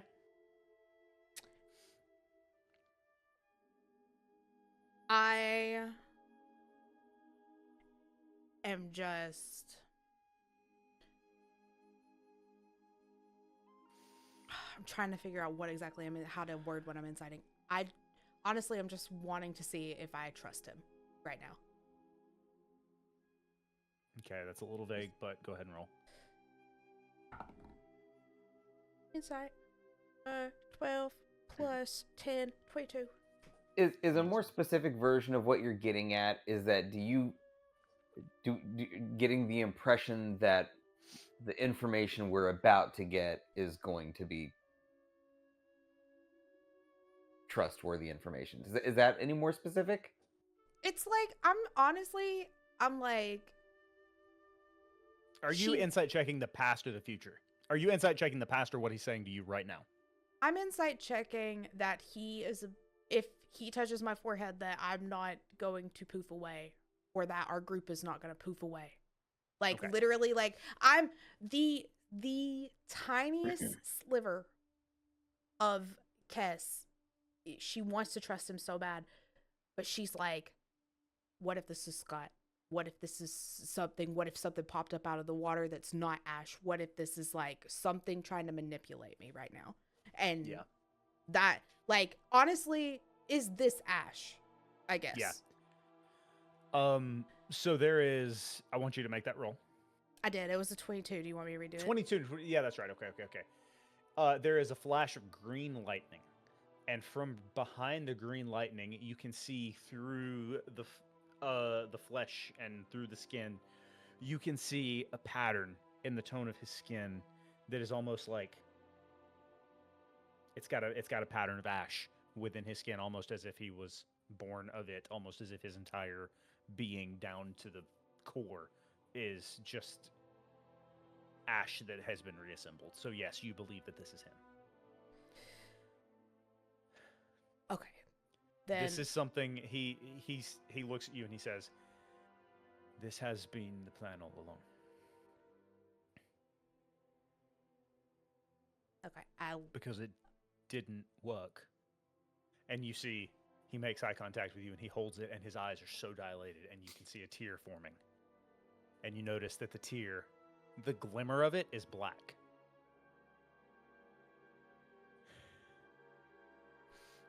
It didn't work last time.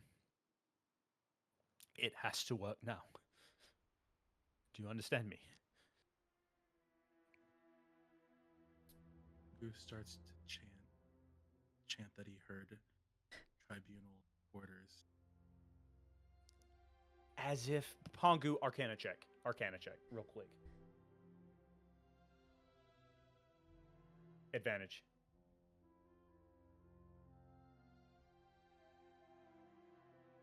$24. The lights fill the room just as it did earlier. And somewhere, almost, you can feel Delphira smiling as you chant, "On the mountain, in the ocean," like as you're chanting all of this. Sorry, on the mountain, in the desert, deep inside the cherished sea. As you're chanting all of that. Cass, do you allow him to touch your forehead? I lean my forehead to his finger. In that moment, you, Pierce, you and Pongu see her. It's almost like a negative, like a black and white negative on a film. Like her body is washed over, and then the color comes back, and you see her real form for a minute, her changeling form. She's not in her high elf form right now. This is just almost as if lightning is striking and showing her true self. But then it's just like flashes, and then you see her high elf form, back and forth, back and forth. Kess, it is important that I communicate this to you now. It is not compromising anything about your family right now at all. I saw your eyes get big. No one knows your secret. Yeah, I know. Yeah. Yeah, that's fine. So, as this is going on, Kess, you feel power surge through you. You feel lightning. You feel you feel like you drank rocket fuel. With each heartbeat, you feel your muscles tensing and your core strengthening, and you become level 20. What the No! I have a magical girl transformation! I Do said the it! dance. Yes, I want you to tell us exactly what it looks like when you have this transformation. What just what the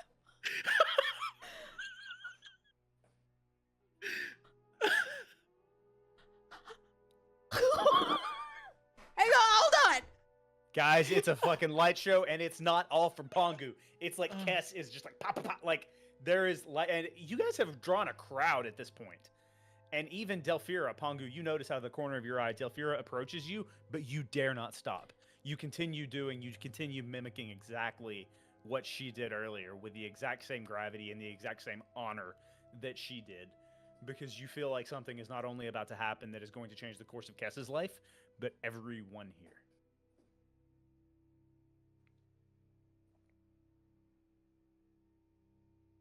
Ash holds out a hand. A finger and a pinky to each of you, Pierce and Pongu. As if he wants you to do the exact same thing.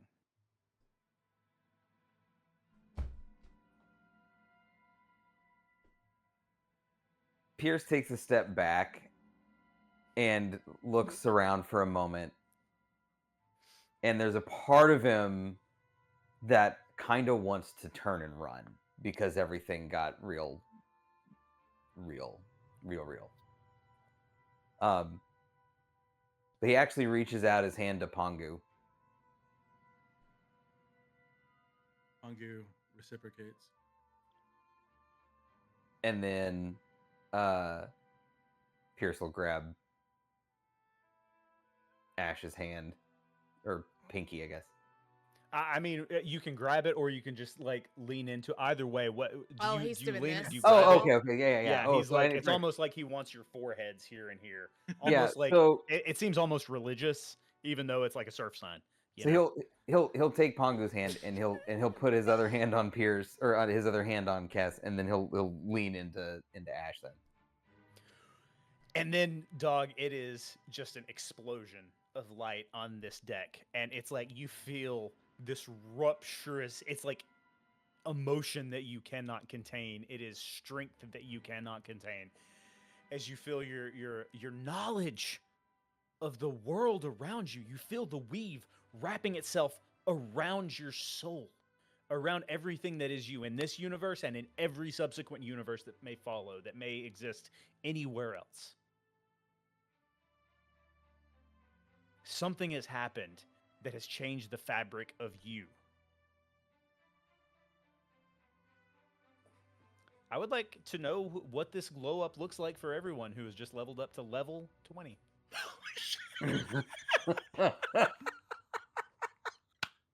Oh Ah! God.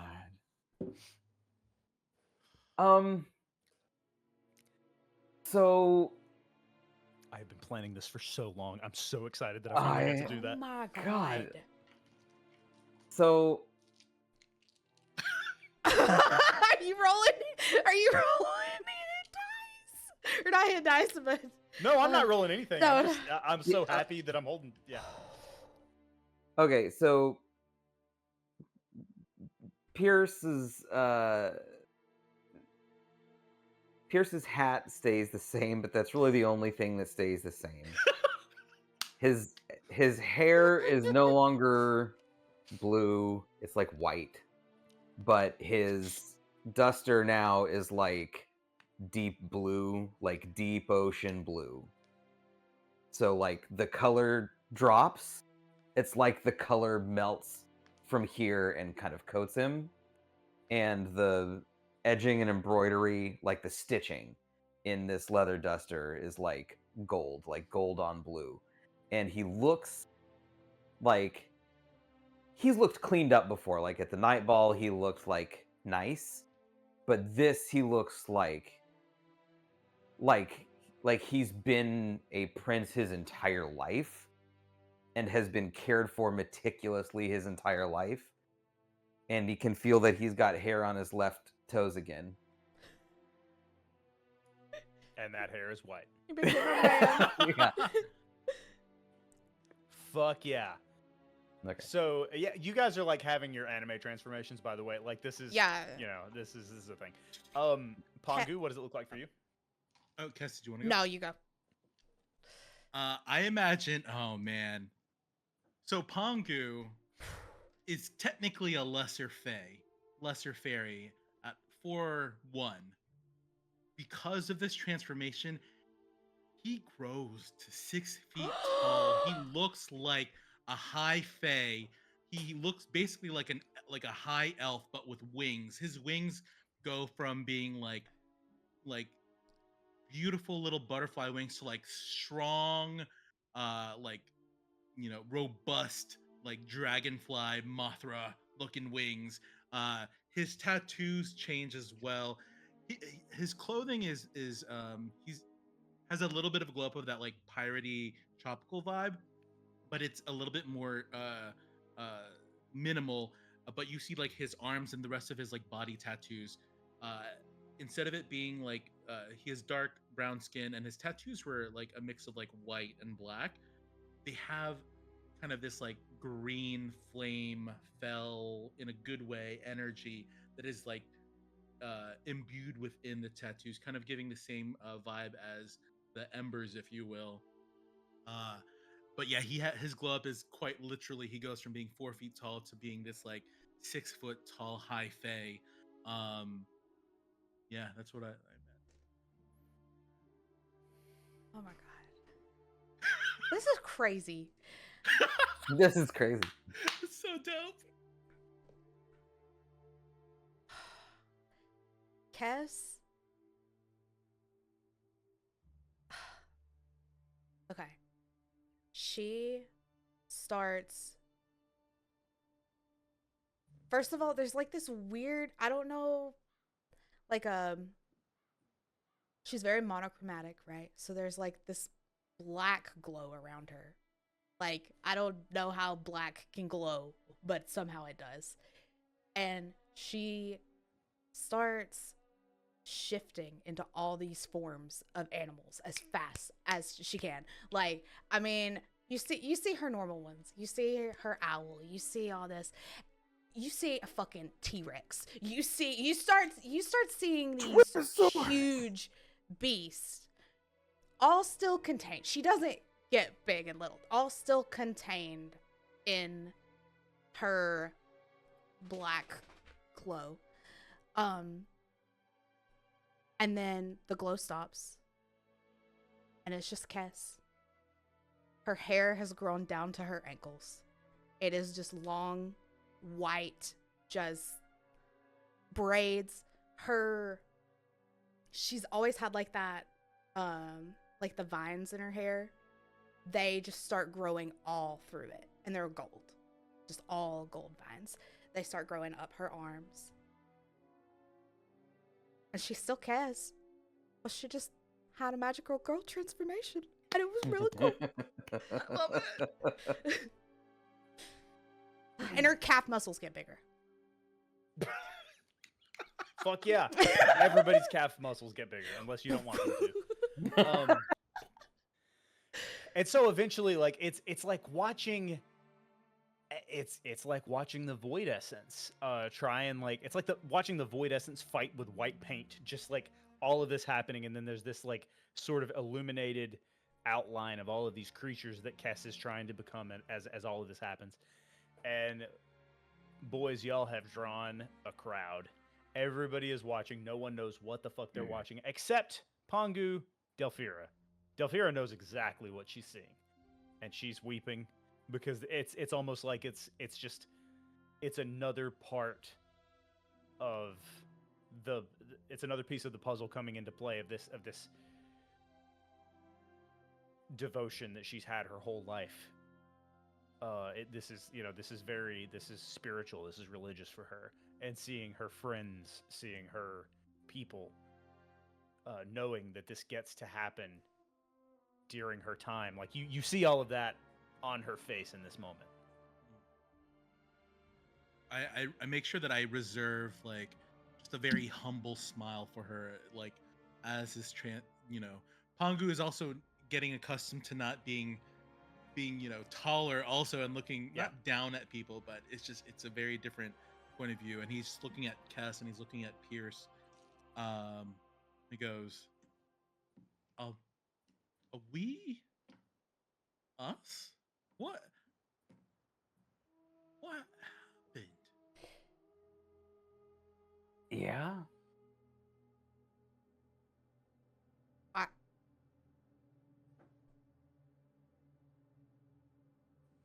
Kess grabs Ash's face and is like, "What?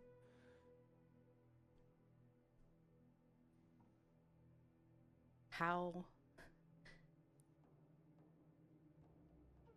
When do you... How long do you have?"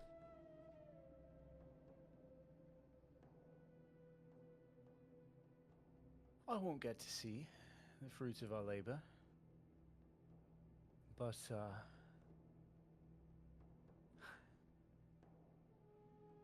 I feel quite confident that 3 gods is better than 1. And actually, it should be 4. Where the fuck is Q?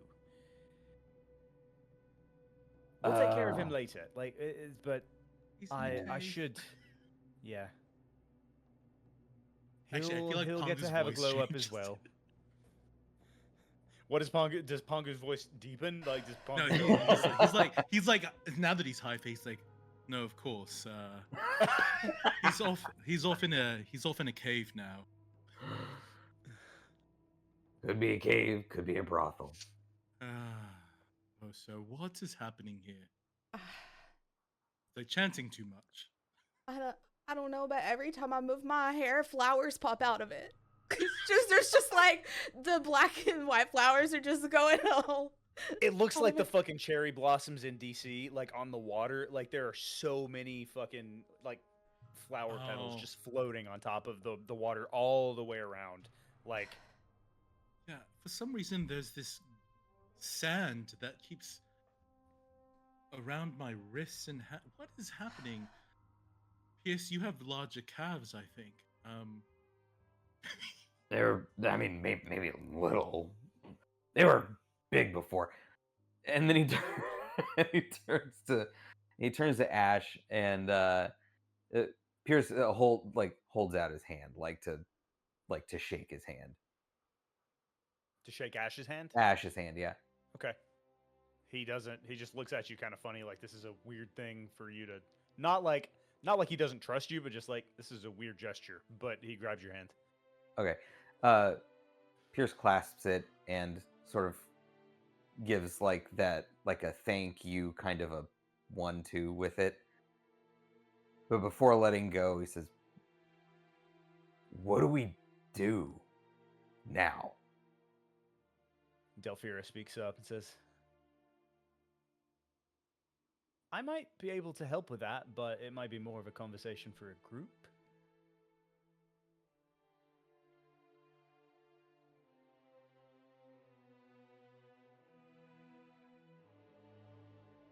Of course. Kess is angry. She's so mad that, and like, she's crying. And like she's like not making eye contact with anybody. Like once she let go of his face, like she is pissed. That's what has to happen, Kess. I failed once, I won't fail again. There comes a point where there must be a mentor, not a savior.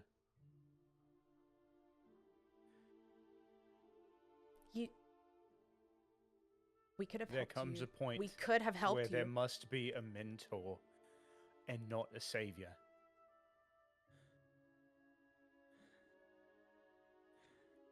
I have seen in you all what I have not sensed in this realm for a very long time. You've gone into all of these towns.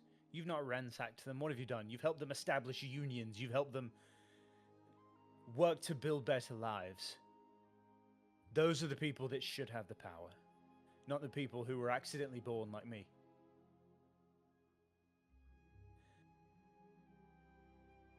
What I'm giving you is all I can. Because I've not been able to do enough with it.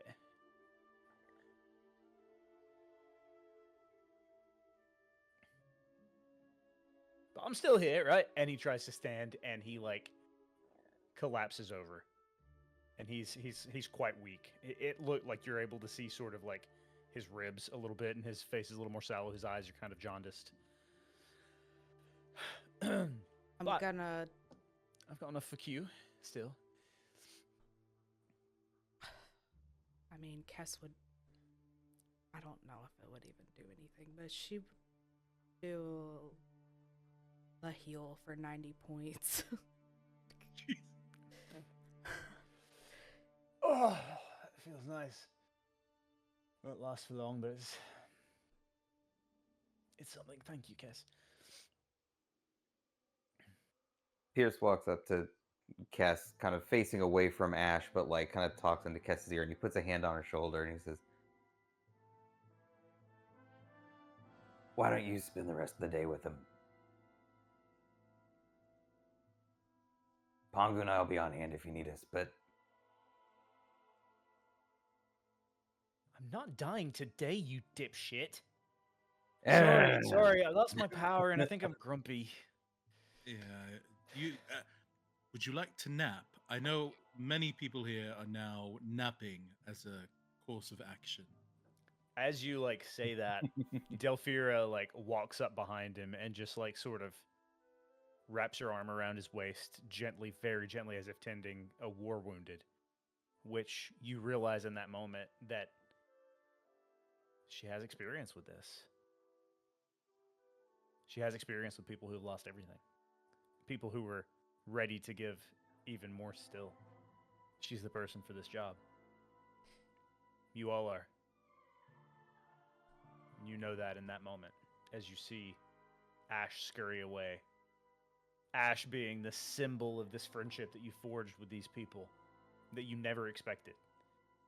And then that you never expected to be back in this place in the way that you were. You were looking for ingredients. And here you are back here. The ocean has called you home. You're all stronger. Pierce, you started this episode without a foot. Kess is like, just be careful with him. Heal him. He's a Titan. He's still a Titan. This is not my first rodeo, Kess. Thank you very much. Ash and I are quite familiar with one another. Yeah, she's an old friend. Aunt Deli. What?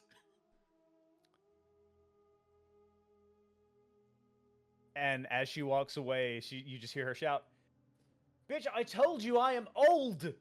I know. I've heard the stories. Yeah, not all of them. Aunt Del. I turn to Cass and go, he's in good hands, Cass. I promise. Yeah, what do you need? I need us to figure out a way to save everyone, including him. Then we will. And with those, unless you guys have anything else to say,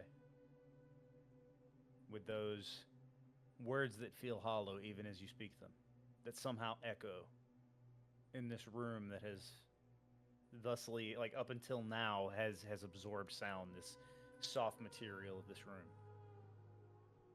You feel an echo, and you're not sure if it's actually in your hearing or if it's in your head. If you feel the echo of the weight of the words of what is before you, and that's where we're gonna end tonight's session. Meeting adjourned. Love you guys.